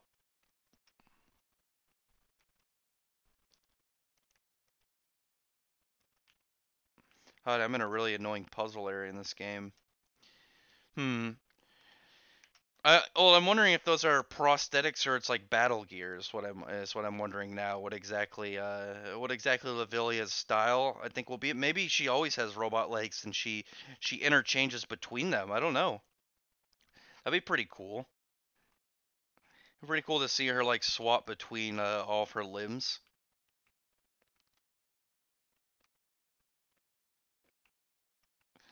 Maybe like swap out. She'll have like a jumping set of ones or like a maybe like a jumping set of limbs, a kicking set of limbs, maybe ones that could stick to walls or something. Who knows? There could be a ton of stuff. That's what I like about early series stuff is there's a lot of shit we can kind of discuss. There's a lot of theorize of where exactly things are going to be taken at the same time, but the same way it's like we also don't know a whole lot, which makes it pretty fun to talk about. There's all this stuff we can kind of theorize and wonder about, but not really get too thick into it because there's not enough for us to really gauge the situation, not enough to gauge what the layout of everything that's going is like, and we can leave it all up to like a kind of like theory, imagination, and just like have a discussions. And I think that's pretty fun to do. And I really like that about this. And it's different than Hiromishima's other work because we're getting space fantasy, which is pretty cool. And because of that, it's so much. It's so varied from what we usually get from him with normal like fantasy action adventure. We're getting space like exploration action adventure fantasy, and it really kind of teeters away from what I think a lot of people were expecting out of Eden Zero. I don't think a lot of people knew what was to come until later in that first chapter when it was real space and stuff. I thought that was great, and I look forward to seeing where exactly Hiro Mishima takes everything in the future. I think that's going to be really cool once we get towards the later bits, or really when we get into like I say, kind of like the first arc. Not the obviously we just got like the first mini arc. I see something kind of like Phantom Lord, where we Phantom Lord um or with Rave Master when we had the whole thing with the when they met the members of Demon Card and everything, and they fought at the Tower of Din, stuff like that. When it's the first like heavy stuff, first like big thing where it's just like it's there to get you like super intrigued with what's going on, super invested with everything that's to come. And I really I can't wait for some of those times, and I think it's gonna be cool. A Vortex Ether Gear, that'd be pretty cool. I actually like maybe we'll get something like more crazy stuff like radiation or something psychotic, something villainous, and just kind of like that makes you kind of like, oh shit, that's a crazy fucking power. Yeah, I say that I say that too. I think that too. Wait, let me scroll up. I just realized I've been missing some comments. Let me see. Let's see. Yeah, I can't wait to see Acnologia, and Zeref confrontation. Yeah, I look forward to that too. I hope to see some. I hope to see some cool moments in that, and maybe some like cool music parts. I want to see. I want to see exactly where Acnologia is, like, because I don't think we ever get told what land that he was kind of like hanging out on. It's just kind of like vague out there. We don't really know a name for it. Yeah, I think they might be prosthetics, Andres. It might be battle gear though. I don't know. Yeah, but Andres, New Dawn Horizon. I've been saying it too. I think I think the Vigilante series is better than the main series, to be perfectly honest, for My Hero Academia. Personally, that's my personal opinion. Yeah, but a Vortex either could be cool or jet boosters. Yeah, mercenary. That'd be pretty intense. A jet booster type character. That'd be badass. Like there's a bunch of stuff that I think would be really cool to see where Hero Machine takes it. Yeah, check out Full Custom Hot Dogs. Like it's spelled out. Full Custom Hot Dog. I think he's at 99 subscribers right now. He might have. I don't know if he broke 100. He's a really cool dude. I do anime, manga, live action reviews with him. He does a lot of really crazy movies that I've never even heard of that are a lot of fun. Like I've checked out some of the stuff. That's what's up, Maverick. That's where I got the Mandy. Watch the movie Mandy, which is like this like really like vicious Nicolas Cage movie where he goes and like hunts down like all these like crazy like hippie cult worshippers because they kidnap his wife, and he just like he makes like this badass axe. He gets in a chainsaw fight. It's pretty sick. He does a lot of cool movie reviews, so I'm gonna put his channel in the description. Check out that dude, like especially if you're like, I really want to watch a movie, but I don't want to watch anything new because maybe you're not too interested in any of the recent movies. He knows a lot about like crazy old movies, and right now because of the month he's doing a lot of Halloween movies, a lot of horror. That's what he's doing. And I did a Death Note, the live action Death Note review with him yesterday, and I'll put that one up on the channel if you guys want to watch it on my channel. I don't really know. I don't really know if it's as important. Watch it on his channel. I'm gonna put it up on my channel just to have it there. But check out his channel. Give him a subscription if you like him. He does a lot of cool content. I really like Full Custom Hot Dog. He's a pretty rad dude. He's pretty funny too. Sword Online is bad, but if anyone else likes it, it's wait. I don't like Sword Online, and let's Devin, have you watched the spinoff? There's a spinoff Gun Gale Online, which is about the gun version of the game, but it doesn't have any of the characters from Sword Art Online, the Kirito or any of his crew, and I think it's better. It's that one I would recommend. It's fun. It's a cool gun series. I thought it was pretty entertaining. Full custom Major D. What's up, Major? Don't subscribe to Major though. She wants to stay at 99 subs, but definitely check out Full Custom Hot Dogs channel. He's a really cool dude. He's got a solid videos. He does a video every day, and I'm hoping I can get him to start streaming actually. Maybe do like a crazy movie stream where he'll take movie recommendations or give out movies. Oh, Major, were you babysitting Chinese baby? It's important. Chinese baby is a valuable asset.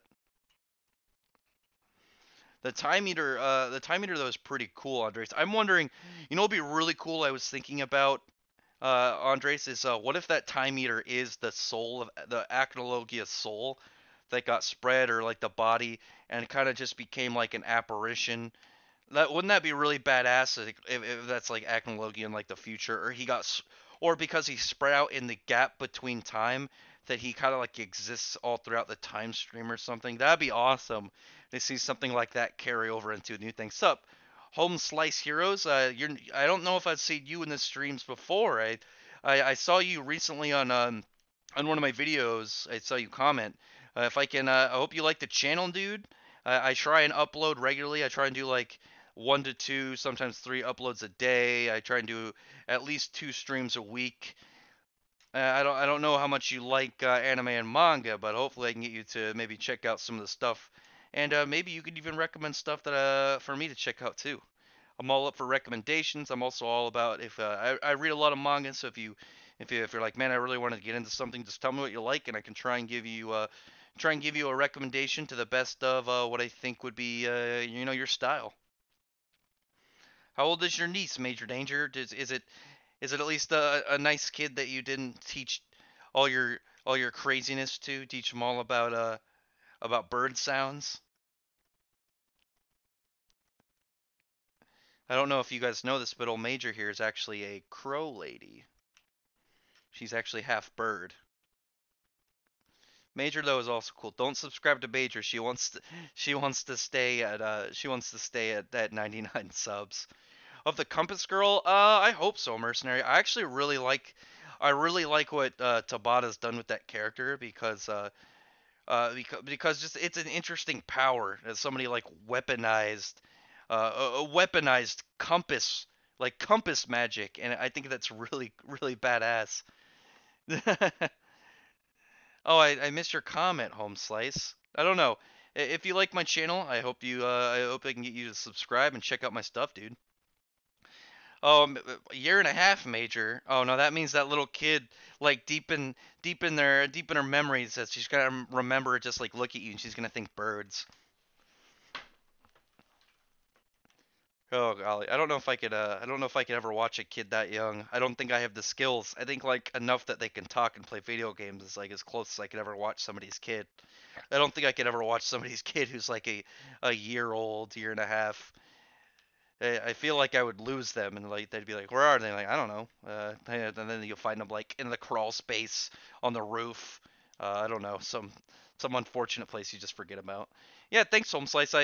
I'm trying to grow the channel out. I'm trying to keep out consistent work. I try and be very honest. If I don't like something, I don't like the idea of some people kind of like I just feel like some YouTubers will say they like or dislike something because it's popular to get them views. I'm not gonna name names. I'm not gonna say for sure. It's just kind of like what I feel sometimes, and I'd like to stay honest. And if I don't like something, then I will tell you guys. And if I like something, I'm gonna say I like it. It's just how it is, you know. Yeah, too baby to watch. I can't watch kids. I don't think I've ever watched a kid that young, Major. It's not your Major is though she's cool. Don't subscribe to her channel once again.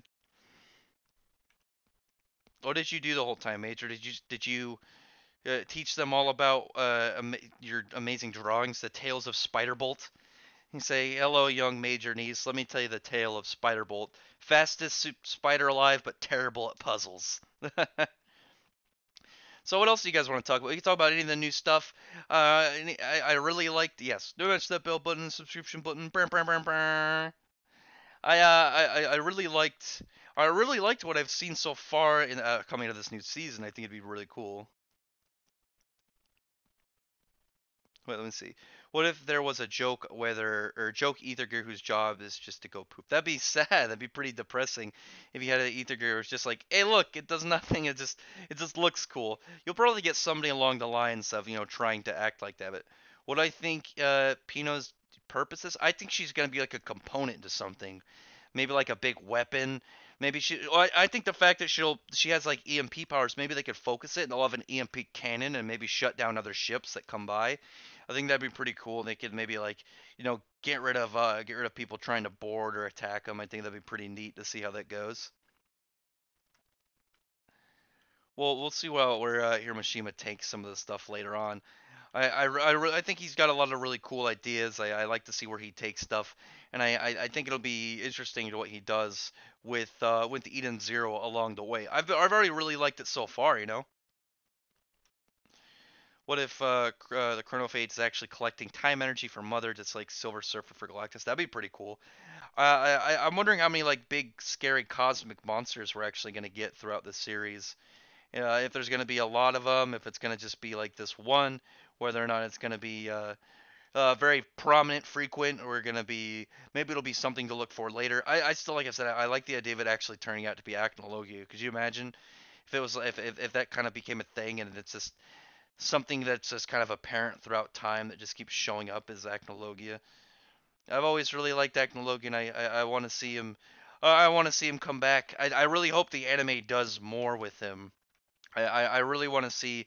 I want to see his fight extended. I want to see his backstory. I really want to see more from Acnologia's side of things. I want to see more what he's capable of, because that's the things that I kind of I did get salty with Fairy Tail at the end. Is I feel like I think the second half of Irene's fight was rushed, and the same thing with August's fight, Zerof's fight, and Akalogia's fight. I think there was something behind the scenes that we didn't really that was not to our knowledge that it made the series kind of get rushed in the end. But that's why we're hopefully we'll get it in the anime and stuff.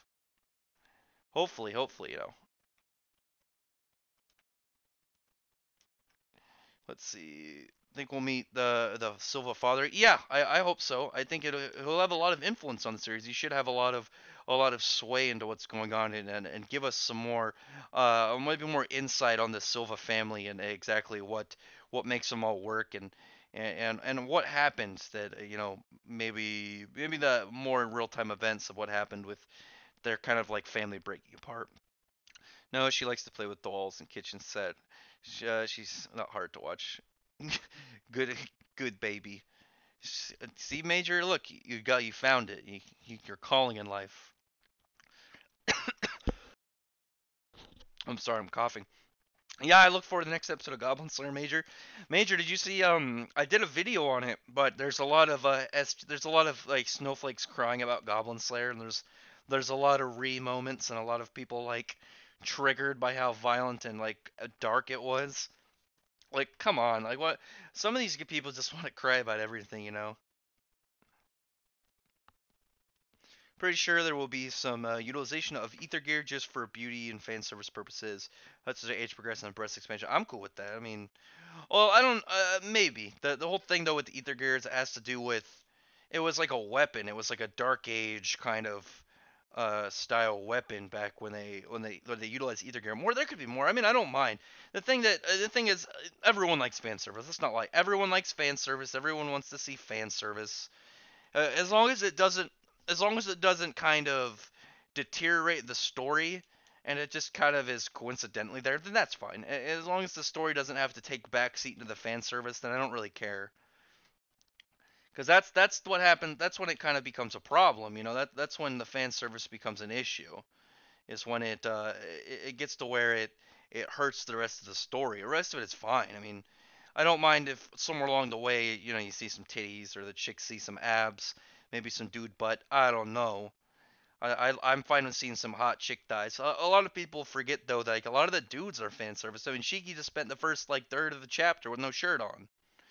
So a lot of some people got their fan service just, and I don't think a lot of people notice because they they forget that some people see the dudes and stuff, and that's their fan service. I mean, you don't think about it as much when it's set to when you're not sexualized by it. I mean, when you see hot chicks, that's what you're into.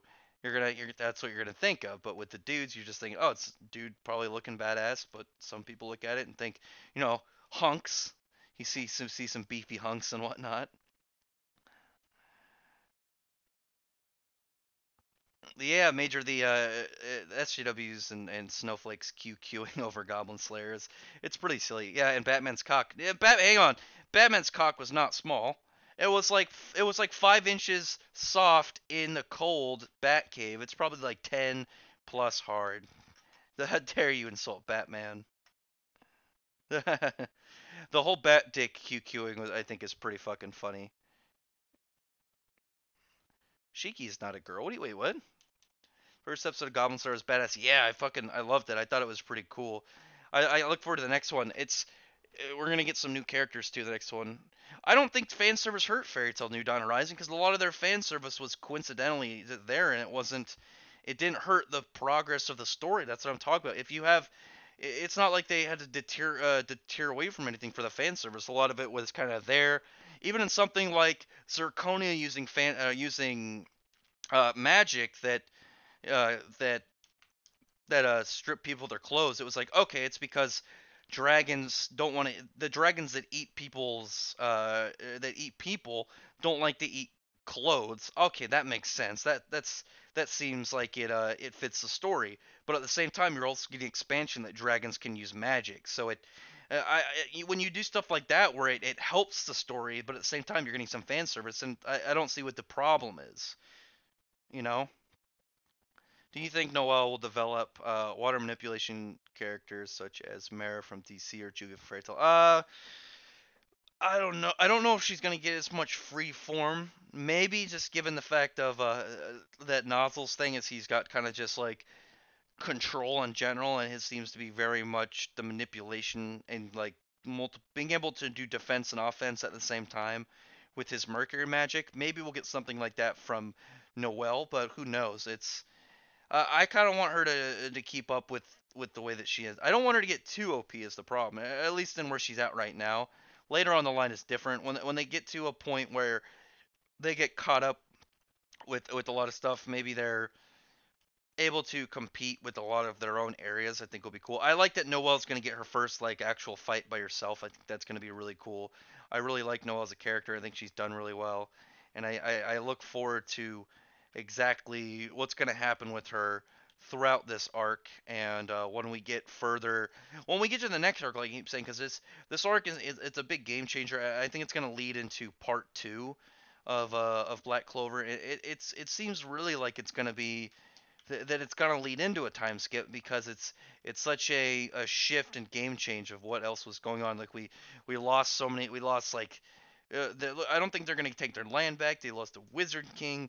The elves are back. Like all this stuff's going on. It's really gonna be different, you know. Yeah, something like that, Andres. Something funny. I'm okay with that. Something silly, fan service style is fine. I was just talking about like fans people forget though with fan service when it's detrimental and when it's just kind of there because like I said that a lot of people I've seen complain about like oh fucking Lucy's always getting fan service but then like Gray has his shirt off like 99% of the time, you know, if he always is if the dude's always got his shirt off, then why are people complaining about Lucy, you know? He's Gray's always fan service. Nazi's always got his abs exposed. So why would anyone complain about not or complain about what's going on with Lucy? They also forget that Lucy is like one of the best built female leads in shonen because she's competent, she's confident, she can do things independently, she has a lot of good growth. It's not just like yeah, all at once. She just suddenly is able to do stuff like other, you know, some certain other main characters and it's she has a lot of utility, and that's one of the really good things about her, I think. And Lucy's just I think she's just an all around good character. I think she's pretty well done, and I look forward to seeing what she's kind of becomes capable of in the progress of the story, especially when we saw near the end of the series that she was able to contend at least to a degree with a Spriggan 12, which was cool, even though she was holding back, it wasn't a ton enough for it, maybe you know. Maybe Major. Maybe they should wear hot pants. Have you seen the movie Legend of the Millennium Dragon? Now that is a water manipulation. I haven't. I'll look that up. That sounds really cool. A Millennium Dragon? Yeah, I'll look that up. That sounds interesting. I like that name. I'll see into that if you. I'll look it up in a second. Actually, you know what? Actually, I'll look it up right now. Hang on. Let me pull it up and look up something cool. Legend of the Millennium Dragon. Yeah, I'll look this up. It looks you know, if it's got a really cool stuff like that, I'll see. But I mean, we're getting cool water stuff from Mercifovia. Like the fact that he's like, yeah, when he's afraid of losing control because when he loses control of his magic, he's gonna affect like all the water in the world, and it's potentially going to drown cities and stuff. So we're gonna get some real like set to how strong some of these characters are with like the dragon gods, and I think that really cements in the fact that when they're like saying like yeah act no what wait, oh K-Man K-Man I show up for the raid. I showed up on Saturday because I thought we were gonna do the Saturday raid, and then no one was raiding Saturday, and then I got behind on everyone else when the expansion came out because so much stuff was happening, and I didn't want to like hard set like grind and like no life WoW. I'm almost caught up, and then I should be able to raid more. But I'm trying to catch up. But I went to go raid with everybody, and the Yeah, I went to go raid with everybody, and the guild wasn't raiding on Saturday when I thought it was going to be their normal raid because I still need to finish normal old deer, you know. A little bit of complaining, dude. So, how you been, K-Man? How's it going? Anyway, fuck, I got distracted. Yeah, I think it's cool. It's gonna cement in, like, for sure, like the fact that Acnology was a threat to the planet when you compare like other people to him, they're also threats to the planet itself.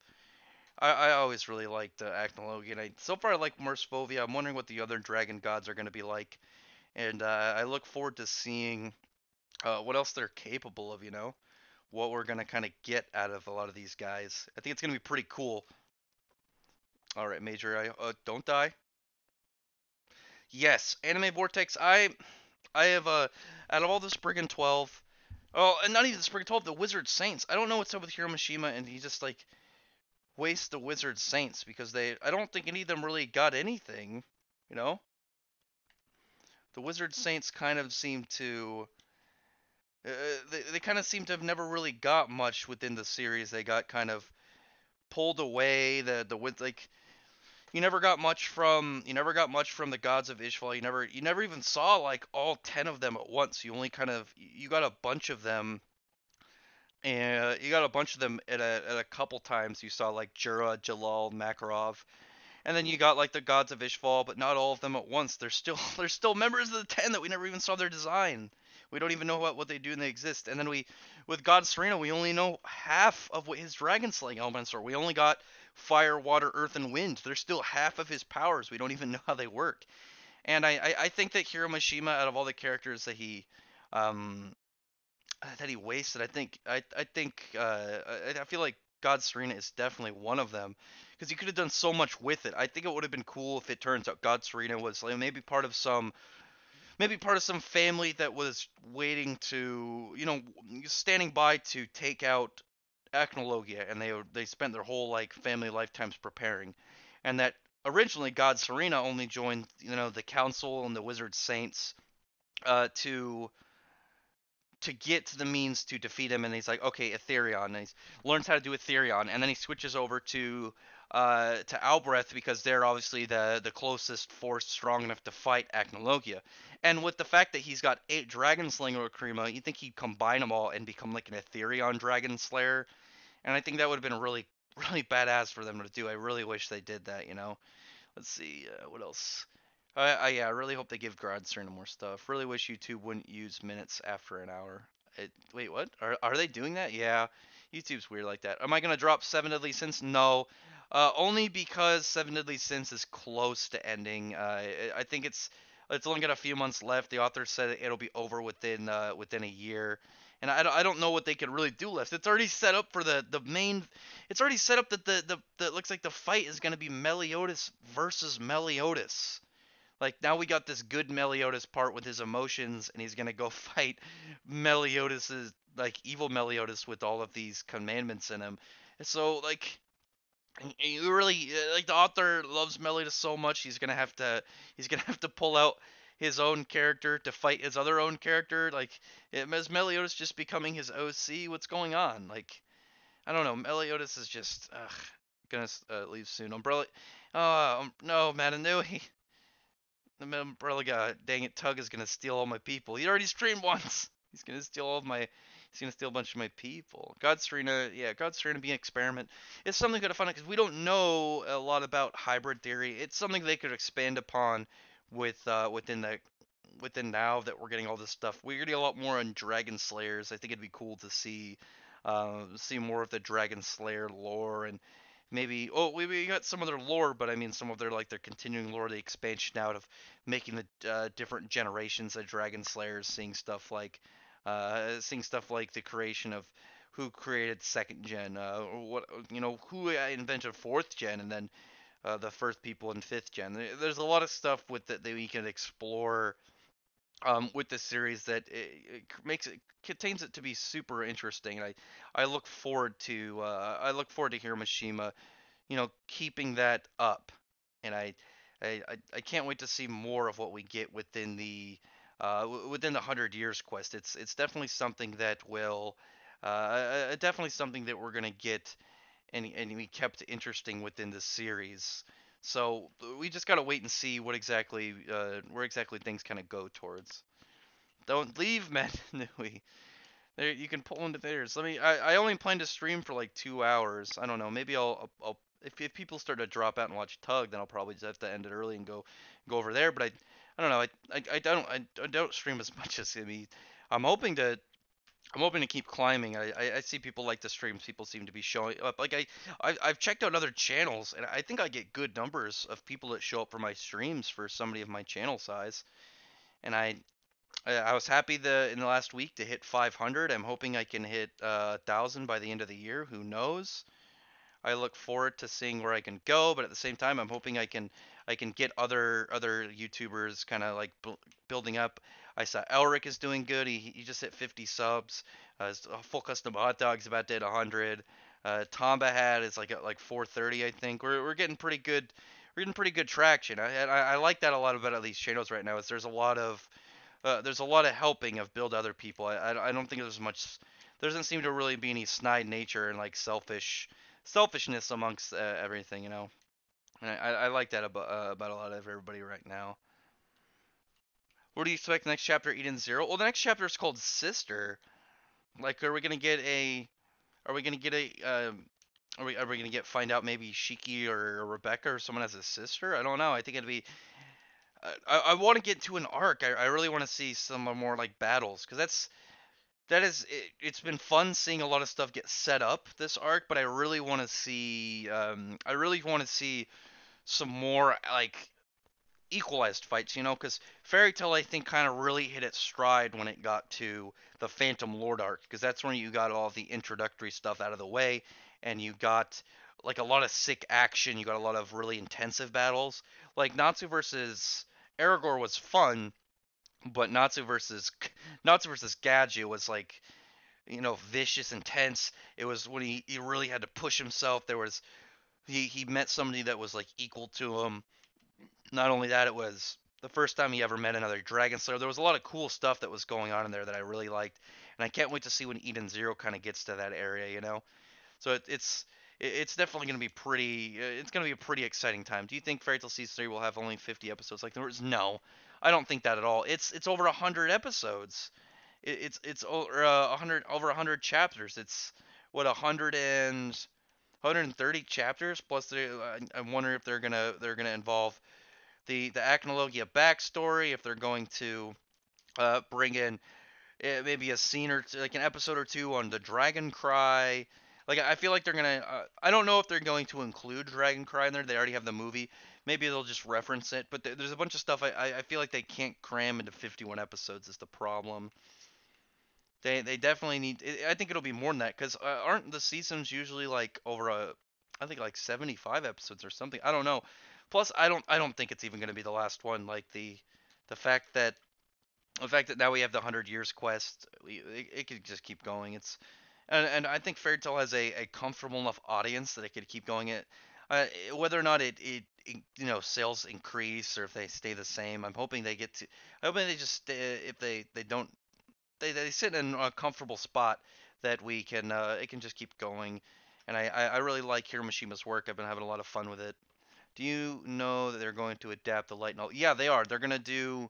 I think it's like a 3 episode adaptation of the light novel that introduces Fonzel into the anime. That's what we're getting next. We're getting in the next couple episodes. We're gonna see that all. I think it's only gonna be like 3 or 4 episodes though. It's not going to be like its own arc. So I think this arc, I think that with Black Clover season 2, I think they're going to cover the witch forest, and then they're going to move towards the Royal Magic Night exams, and then season 3 will be once we get to I think season 3 they'll either that or they'll have some filler. But I think it'd be cool to have see like maybe like a them adapt the maybe like the video game arc because it's actually getting its own manga adaptation. I think they're gonna work it into a more manga style, which is gonna be cool because I like I thought I thought the story in the game was good, but it used the anime style, and the anime style is fine, but obviously the manga's art is so much better, you know. And I look forward to seeing what exactly Tabata's gonna do with a lot of this stuff, and I look forward to a lot of where it's going to be taken with the rest of the series, and um, where exactly we're going to get with a bunch of the stuff. I really like. I've been saying I really like Black Clover. I really like where we're going with some of this. I really like the turn of events and where exactly the story could go, but at the same time, I like what the anime's doing as well. I like that they're bringing in light novel stuff and they're adapting it so when you have canon stuff that's important to the story in a light novel, we can eventually figure it out because I don't even know the events of the light novel because it's it's only in Japanese and we don't have an American version and novels don't tend to get translated really with translation groups because they're not gonna do a whole freaking thing like that. There's too much to do. I've seen some people do light novel translations, but it's not a regular thing, you know.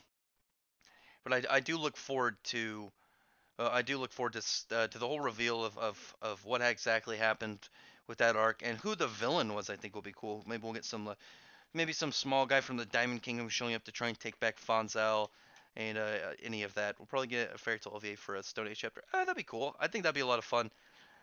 I actually would like that if they did some of the light novel stuff as well, because there's the light novel actually with Gadgil and Levy's kids apparently is in fact canon, and it's why their models were used in that kind of like that flash of when Gadgil thought he was gonna die in his fight with Bloodman, that he saw those kids, the twins, and then now we find out Levy's pregnant, so it's just further kind of going down that whole fact, and I look forward to seeing where things go with that. I think it's gonna be a lot of fun to see, and like I said, I really hope they extend out some of the fights in this. I really like.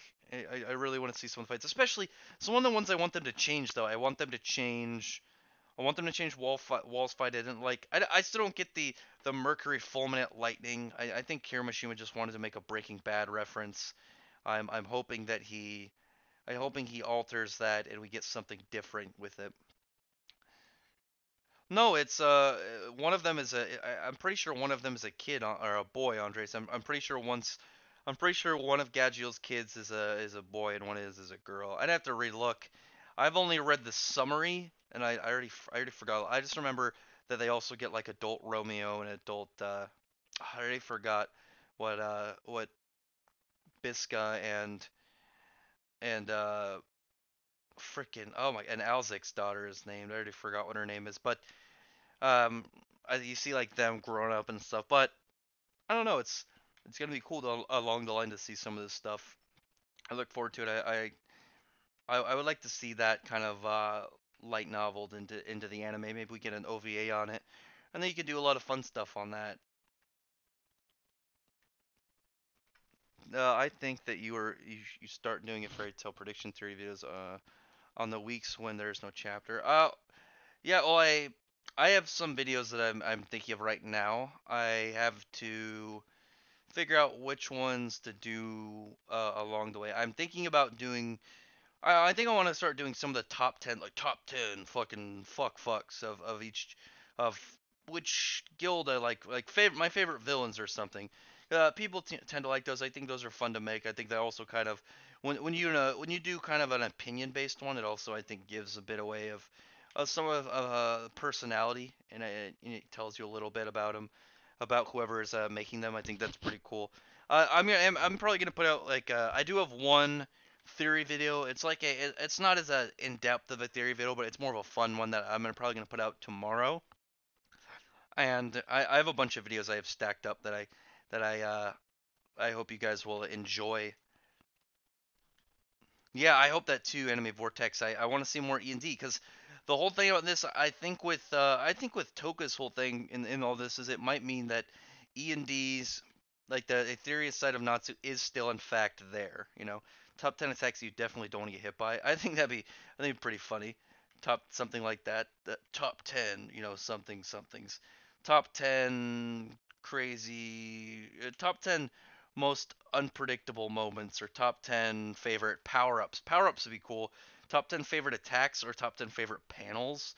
Pages I think would be really cool or really cool but also really hard to do if like my favorite pages within the series, just because there's so many parts that I would want to probably talk about. What exactly makes one part my favorite. Some of them I definitely would put on there, and then some of them I think would be hard. Once we get to the favorite ones is where it would be most difficult for me to kind of determine which exactly would be on my list. Like some of them, I think would be obvious. Something like I really like, for instance, I really like when Natsu was getting ready to fight Ikusatsu Nagi, and you see him it just looks like it's him versus the world with like the him off in the distance. The dude's like a fucking mile and a half tall, head up to the clouds, lightning's everywhere. These like deep storm clouds are all over the place, and Natsu's just like ready to take him on. I thought that was awesome. I thought that was a really good looking scene, and it's such a good panel of like coming out of the time skip as well. 10 top 10 best curve stop moments. Yeah, that'd be cool. Definitely something like that where it'd be like a more of a fun thing to do. Also theories, but I do want to start maybe doing some top tens. I don't want to do a ton of top tens. I don't want to be one of those channels that it's just like top 10 every 5 minutes. It would be a top 10, maybe like one or two a week, something like that where it's nothing crazy, but something that you'd be like, I wonder what the top 10 is going to be this week. Something like, but I also really want to get back to doing those clash profiles because I want to get I still haven't done my Keel versus Luffy one. It's the problem is I have all my stuff ready on Keel. I just haven't done all my stuff on Luffy yet. And it's going to be pretty easy cuz like Luffy now second and third gear is like 100% useless. It's all fourth gear because now he has like his bound man and his snake man pretty much completely make third and second gear irrelevant. Like, it's I mean it's not a big deal, but at the same time it makes it easier for me. I just got to get to some of those parts with Luffy at some point and then bring it up for everybody to kind of discuss. And then I'll get to that and then after that one I'm going to spend more time making clash profiles and then we'll take more suggestions on, which ones you guys would want to hear me discuss of who would win in a fight between who and who. You know, I think that'd be a pretty good time. I think it also make for some pretty entertaining videos along the way.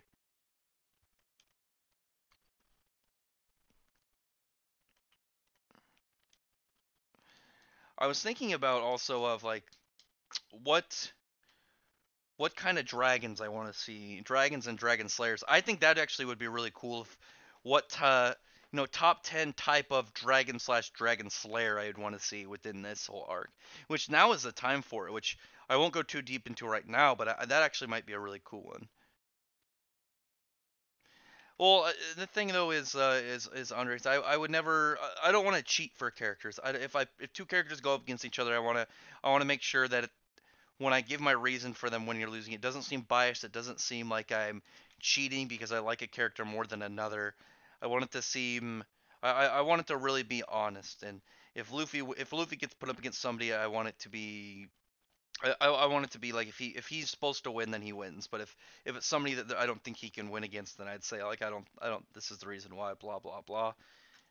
Just because I'm not a huge fan of Luffy, doesn't mean I'm just gonna put him against people that I think he's always gonna lose against, or always think that or never think that he gets the win. It'll definitely be it'll be an interesting one because I think their fighting styles and characters kind of go well against each other in an interesting way. Well, that's not exactly what happened in Anime Vortex. The whole thing is Larcade makes people experience pleasure, but the whole thing is like, I guess instead of climaxing, is your soul just relieves your body. Because the whole thing is it does make sense of the three things that kind of like humans are kind of like their lives are centered around of pleasure, hunger, and sleep. So I think it makes sense with this whole thing. I think it'll be interesting. It's mostly just well, it's gonna be mostly like people getting all hot and bothered. It'll be interesting when it gets around there, but I look forward to seeing how that happens. I hope they extend that fight out a little bit too, with a little bit of that sick White Shadow Dragon Force sting. I think was really cool. I thought that was great to see it kind of roll around with that old thing looking badass.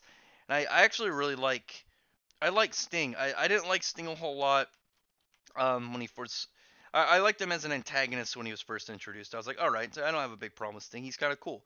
And then um, and then when Sting kind of rolled around afterwards, it was like, I don't know how much I don't know how much I like him, and because he kind of pulled like he kind of switched in just being a fanboy, but he's a lot different when Natsu's not around, and that's one of the things I like about him. I think he's cool that he's kind of got that fanboyness when he's around, his idol, but when he's not, he's his own guy, and he tries to he tries to live up to being the guild master, but you can tell it kind of hurts him a bit. It's a little bit hard, but I like his interactions with Rogue, and I thought their fight was cool. And I think after the Twins Dragons of Sabretooth, I think it helped a lot with his character and like stuff in the Tartarus arc, and then in the Albareth arc, what you got with him was pretty good. Larkane has the weirdest magic in Fairy Tail. It is a weird one. I thought it was cool though. Nashi's magic would be a brand new kind of magic that come into existence due to the fusion of Lucy's celestial spirit magic and Natsu's fire dragon, as she'll name it Radiant Dragons. Yeah, I think actually I think her name. I think Hiramashima went with Luna. I think he went Luna and Storm or something. Storm for Gray's kid. I don't know though. Don't quote me on that. Obviously, she's not canon yet, so it doesn't really matter because I think it was between Nashi and Luna. But I think it'd be like a star dragon magic. That'd be really cool. I think that'd be pretty intense, or yeah, like a radiant dragon, anything like that would be pretty interesting. I hope that there is a. I think it'd be really cool also if there was a Fairy Tail Next Generations, and you can see kind of all the characters and how they're influenced later on, and what exactly goes on with them after all the big stuff influences the world. I think that'd be pretty fun.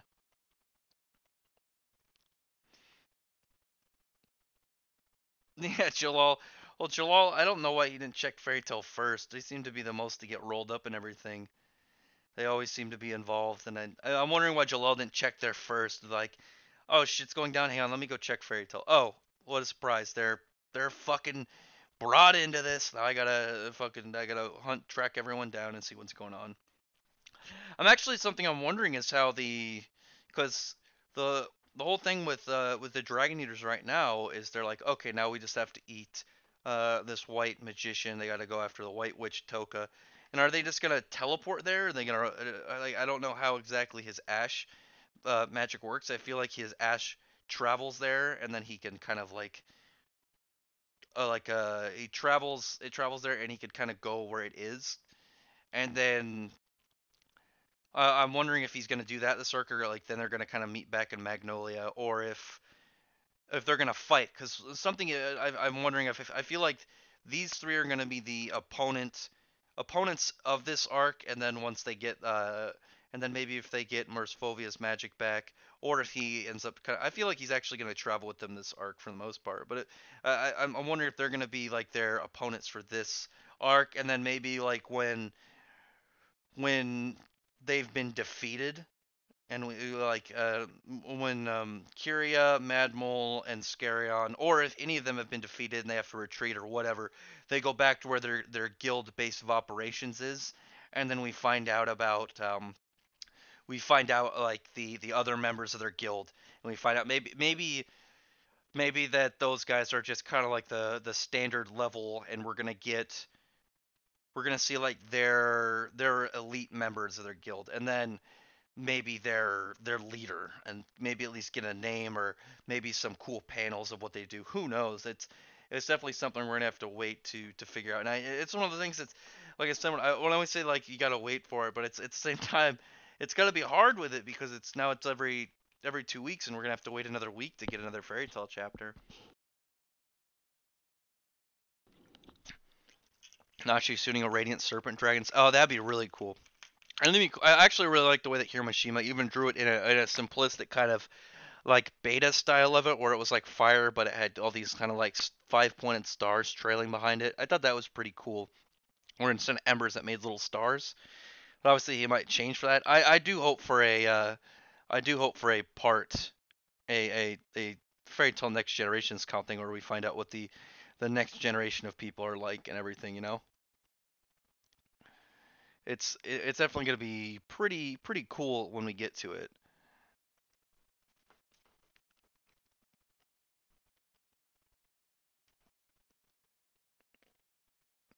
Yeah, Demaria would be pretty cool.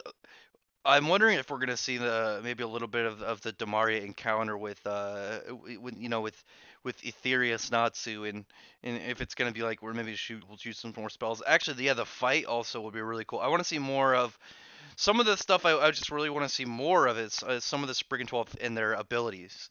I want to see a couple more attacks from wall, a couple more weapons, maybe another mode change into a different, maybe like he has like assault mode. Maybe one is he'll have like a, like I don't know, like mass artillery mode or something where he kind of like has like a ranged version where he's just keeps trying to pull back, unloads guns and stuff. Maybe a couple more time spells from Demaria. Maybe Brandish. We see more of Brandish's fighting style because we didn't really get to see a ton of how Brandish fights, other than she gets really big and smashes people. I want to see her like throw a rock and then like turn it into a mountain or an island or something crazy. Something like that. I think that'd be pretty cool. Can you imagine if she like takes a handful of pebbles, throws them up in the air, and then turns them into mountains that just come, crashing down?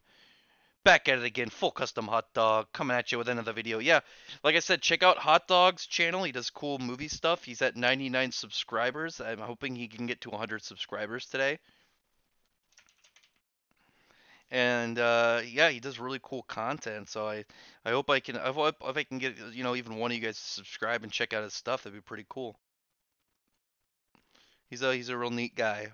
As well as that Gwaltzilla. If Gwalt would ever do more stuff for his damn channel, I see you in the comment section, Gwalt. Uh, I don't know. I don't think anybody complains about fillers when if they just extend fight scenes out. Fight scenes are one of those things that if they're like, yeah, man, I can't believe they added an extra 5 minutes to that whole part, but it's like, yeah, it was a sick fight scene where you got to watch a lot of badass battles. Then, yeah, of course, fucking, and people are gonna like it. People are gonna like it. It's really cool. I really like fight scenes. Oh, Major's gonna kick up Walter. Oh no. Major danger, you crazy person.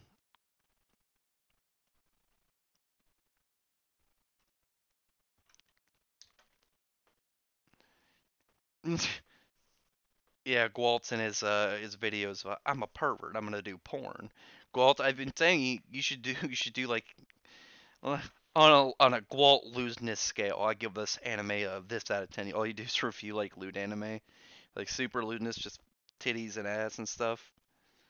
And then Major, yeah, no wait, no, I'm not supposed to advertise Major's channel. We got to keep it at 99. I'm gonna wrap up this stream soon. We're already at 2 hours. I want to keep it. Major, you're at 100 subs now. You know what? I'm gonna make it 101 because now we're gonna go over the edge with you. You're over the edge, Major. Yeah, I'm gonna wrap up the stream soon. So if you guys have any last minute questions you want to ask me, maybe if there's anybody in the comments that hasn't yet, maybe give me a like, thumbs up, or subscribe to my channel if you like my content. But if a lot of people keep showing up, maybe we'll keep going. I just saw a bunch of people just seems just spiked in here, and the numbers just went up. And I mean, as long as I can keep people entertained, I'll keep going. But we'll see. I don't know. Do you guys want me to go? Is there anything else you guys want to talk about? I can keep talking. That's one of my things. I can definitely keep just chatting forever. But I don't know. Maybe I think I might end the stream, kind of chill out, make some dinner, maybe watch those episodes that I promised Andres. But like I said, if you like the videos, maybe give it a thumbs up. Maybe subscribe to my channel if you haven't already. And yeah. Any last minute questions, you guys? Anything you want me to go over? Yes, no? Hmm. Looks like it might be good for today. Yeah, I saw that was pretty funny. I saw that was pretty funny, Gwalt. And they climbed out of the ring too. He was ready to fuck him up.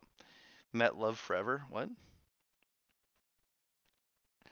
What was the Grand God D entity that wasn't addressed in Rave Master? Well, I remember that. I remember somebody from like a dream that Ellie had, where it was like talking to Raisha, but I feel like that wasn't real because because she wasn't actually sealed away. There's a bunch of weird stuff like that in Rave Master. I don't remember other any kind of crazy god stuff in there other than that's the closest one I can think of. If you remember one, tell me in the description. Maybe give me a yeah, give me a reminder. I can't remember anything off the top of my head. It's been a while since I reread Rave Master, so I would have to give it a quick peer through again. I started trying to reread it recently, and I got distracted, and I read like half of it, and then I got distracted and forgot to keep going. But I don't know. So yeah, I'm gonna call it good for this video, for this stream. I'll probably stream again. I would say Wednesday or Thursday.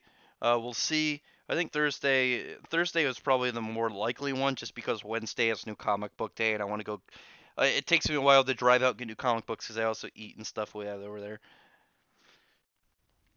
So yeah, otherwise, thank you very much everyone for showing up, and I hope I kept you guys entertained and a good stream. I hope to see you again. I look forward to the chapters and stuff that come out this week. Until the next time, guys. Thank you very much for watching. Bye.